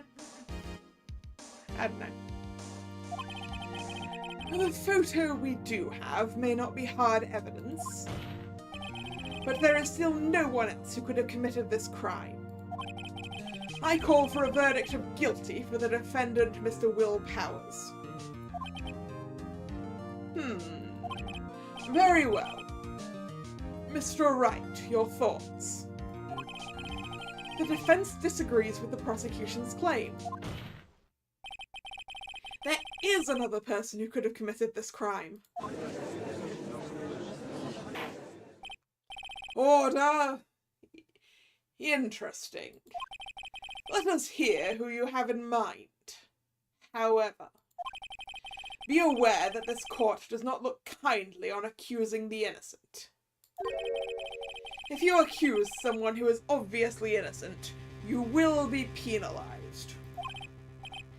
Right. Great. As if the stakes weren't high enough. So, who was this person other than Mr. Powers that could have committed murder?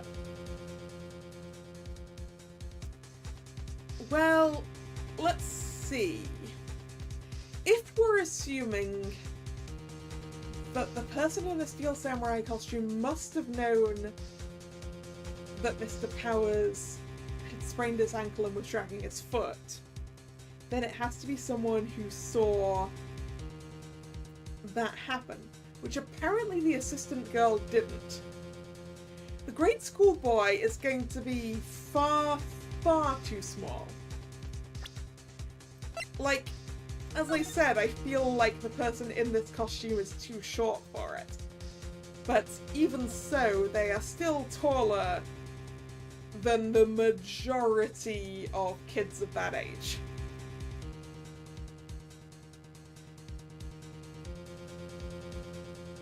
So, I mean, we could accuse Oldbag.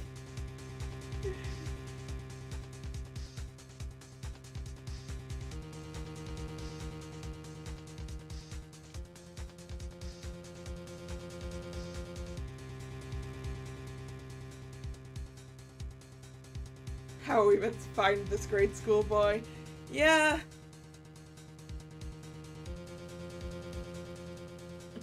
Set a trap at the studios.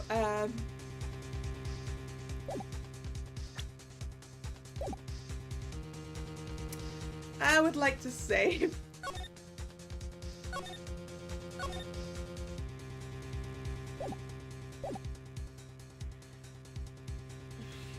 I want to accuse Oldbag.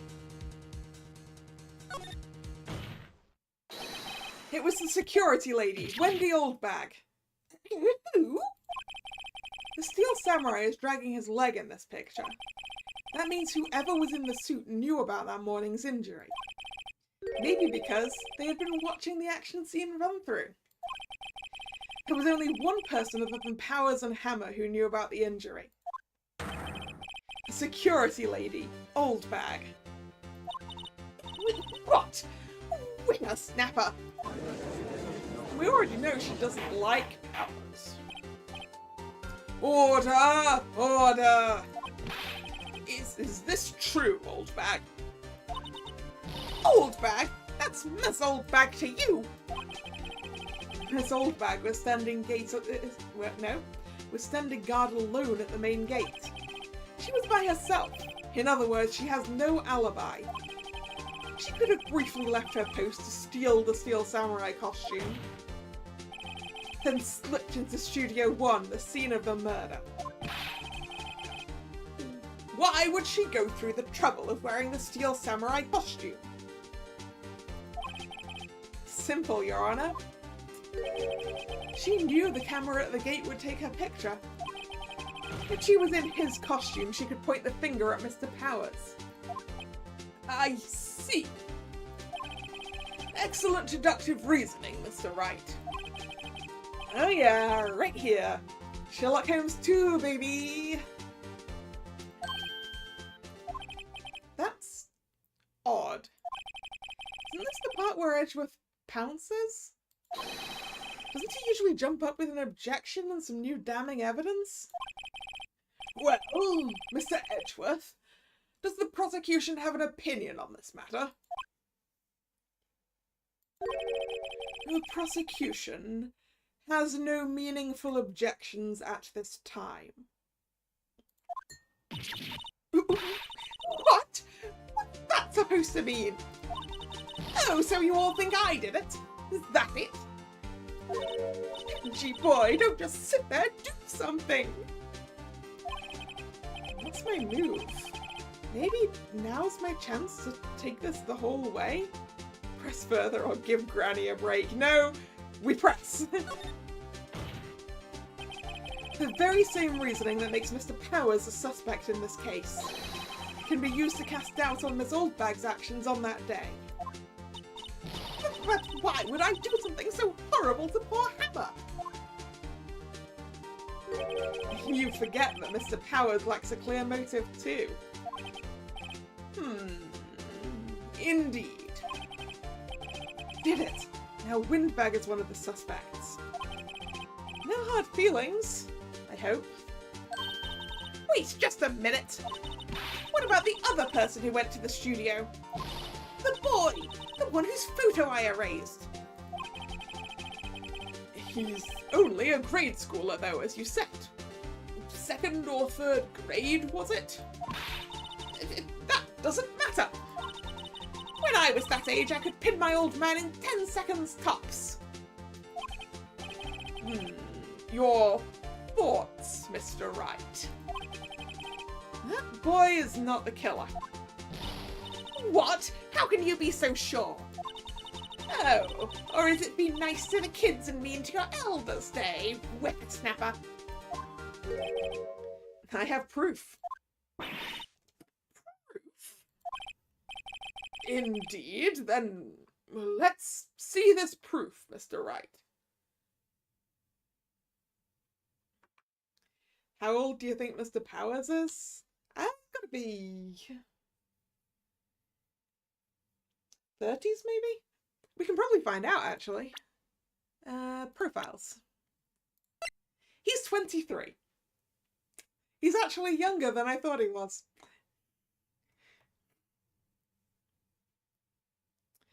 Whereas the victim must be older because he used to be a big star. He's only 37! The way Oldbag was talking about him, I was expecting him to be in, like, his 50s.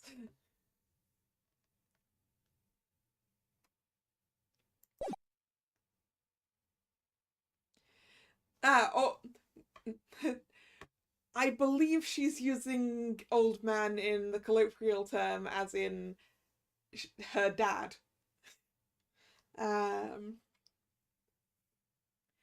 Who, when she was around 10, was probably more like 40.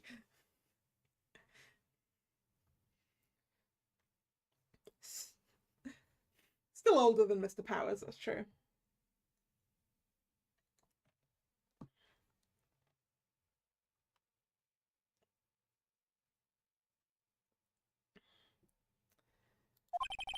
You have proof that shows the boy could not have committed this murder.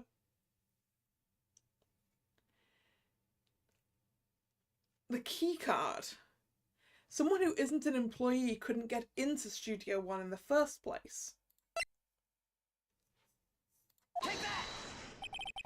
The scene of the murder, as we all know, was Studio One. However, you need a card key to enter Studio One. How could a boy with no formal relation to the studios have a card key? I see. Well, would the witness care to comment on this? Oof. The windbag, speechless. This has got to be a first. Very well. This court will suspend proceedings on the current trial for today. Mr. Edgeworth, please find out more about your witness, Miss Windy... what was her name? Something Oldbag, Your Honour. Oof. Forgot her first name, did you? It was Wendy Edgeworth. Then the prosecution will look further into this Oldbag before we continue. That is all. This court is adjourned.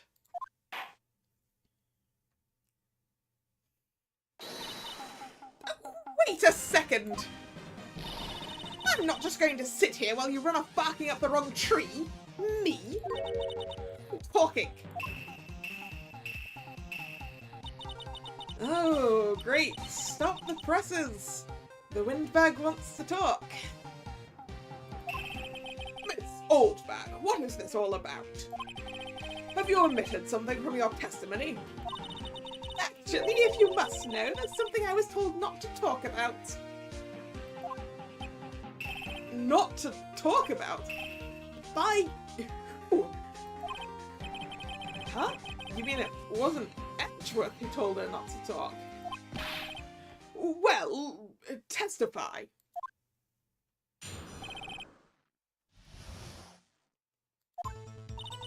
Global Studios wanted me to keep quiet about something. There were some other people at the studios on the day of the murder. They said they had nothing to do with it, see? So they told me to just pretend they hadn't been at the studios that day. But if you're going to go accusing me, I'm not going to let them get away scot-free.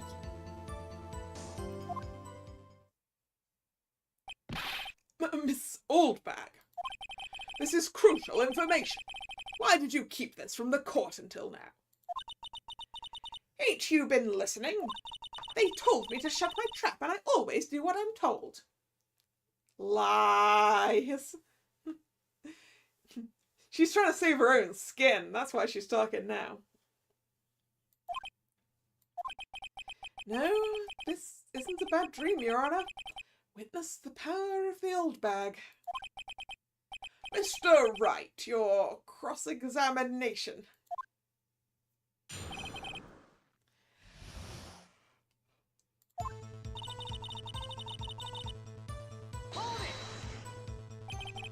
So you were told not to talk?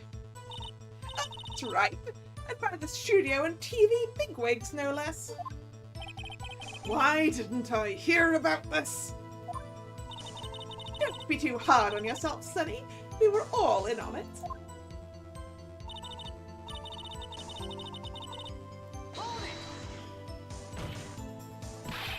Who were these people? Well, the director and the producer, for starters. The director?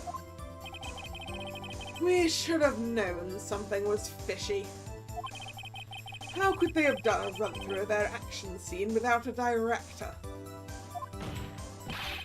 Of course. Yes, well, I was surprised nobody asked about it. So, where were these people? The director was at the employee area all morning for the run-through. He joined the producer around lunchtime and they had a meeting after that. Where? Oh, in the Studio 2 trailer. Studio 2? There was a Studio 2? Well, if you look at the guide map, here it is. You go through the gate and all the way to the left. Back where the monkey's head was fallen over. Well, Mr. Wright, would you like to continue the cross-examination? I think I've already asked all my questions, but... yeah, let's continue.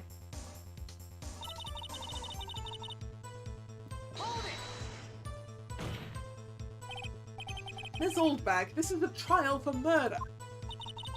You know, that's silly.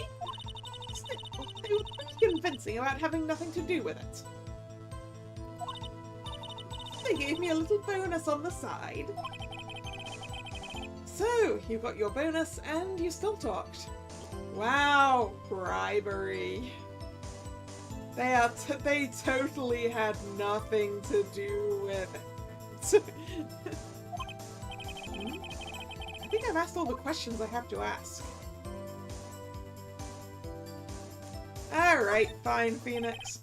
Your Honor, we have learned there were others at Global Studios on the day in question. The director and the producer and some bigwigs were all present. Yet as we stand here, they have not been questioned. I hold that it is impossible to declare a verdict on the defendant, Mr. Powers. The court acknowledges the defence's point. The prosecution will gather more information about the witness, Miss Oldbag, and more information about those other people we have just been told of. I understand, Your Honor. This ends the day's proceedings in the trial of Mr. Will Powers. That is all. This court is adjourned.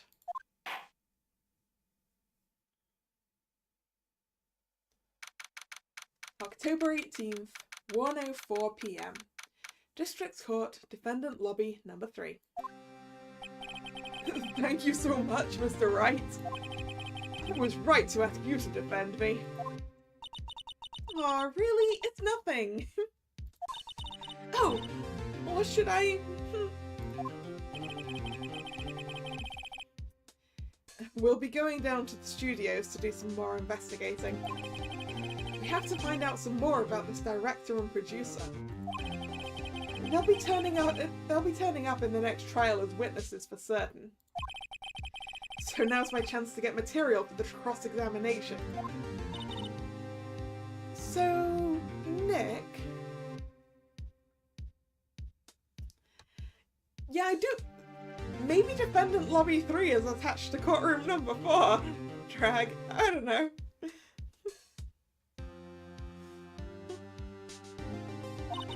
Have we figured out just who it was in that steel samurai costume? Could it really have been old Windbag? What do you think, Mr. Powers? I don't think it was her, really. Neither do I, Nick. Yeah, I know! Look, I was just buying time back there. Someone had to be the bad guy for a bit to take the pressure off of Mr. Powers. And also, we gained information by doing it. Poor old Windbag. I feel kind of sorry for her.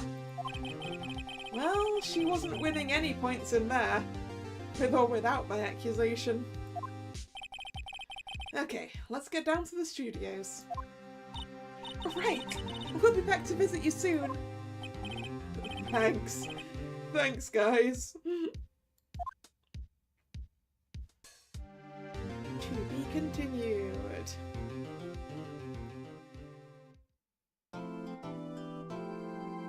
I would like to save my progress, yes.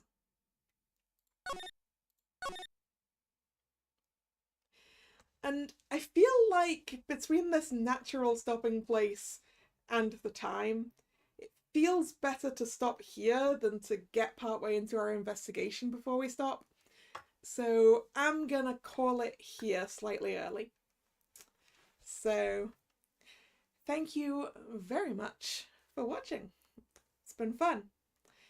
If you're new here and you've enjoyed your time, please consider subscribing to the channel. You can also follow me on social media. That's linked in the description box below. Both over on social media and over here on YouTube in the community tab is where you'll find the streaming schedule for the channel. This was the last stream of the week, so there'll be a new schedule up either later tonight or like tomorrow lunchtime. I'll try and do it tonight this time. But the next stream will be tomorrow, Monday, 3 PM for the next part of Twisted Wonderland's Playful Land event. So I hope to see you then, or another time. Once again, thanks for coming, and this is Kalla signing out. See ya! Bye bye!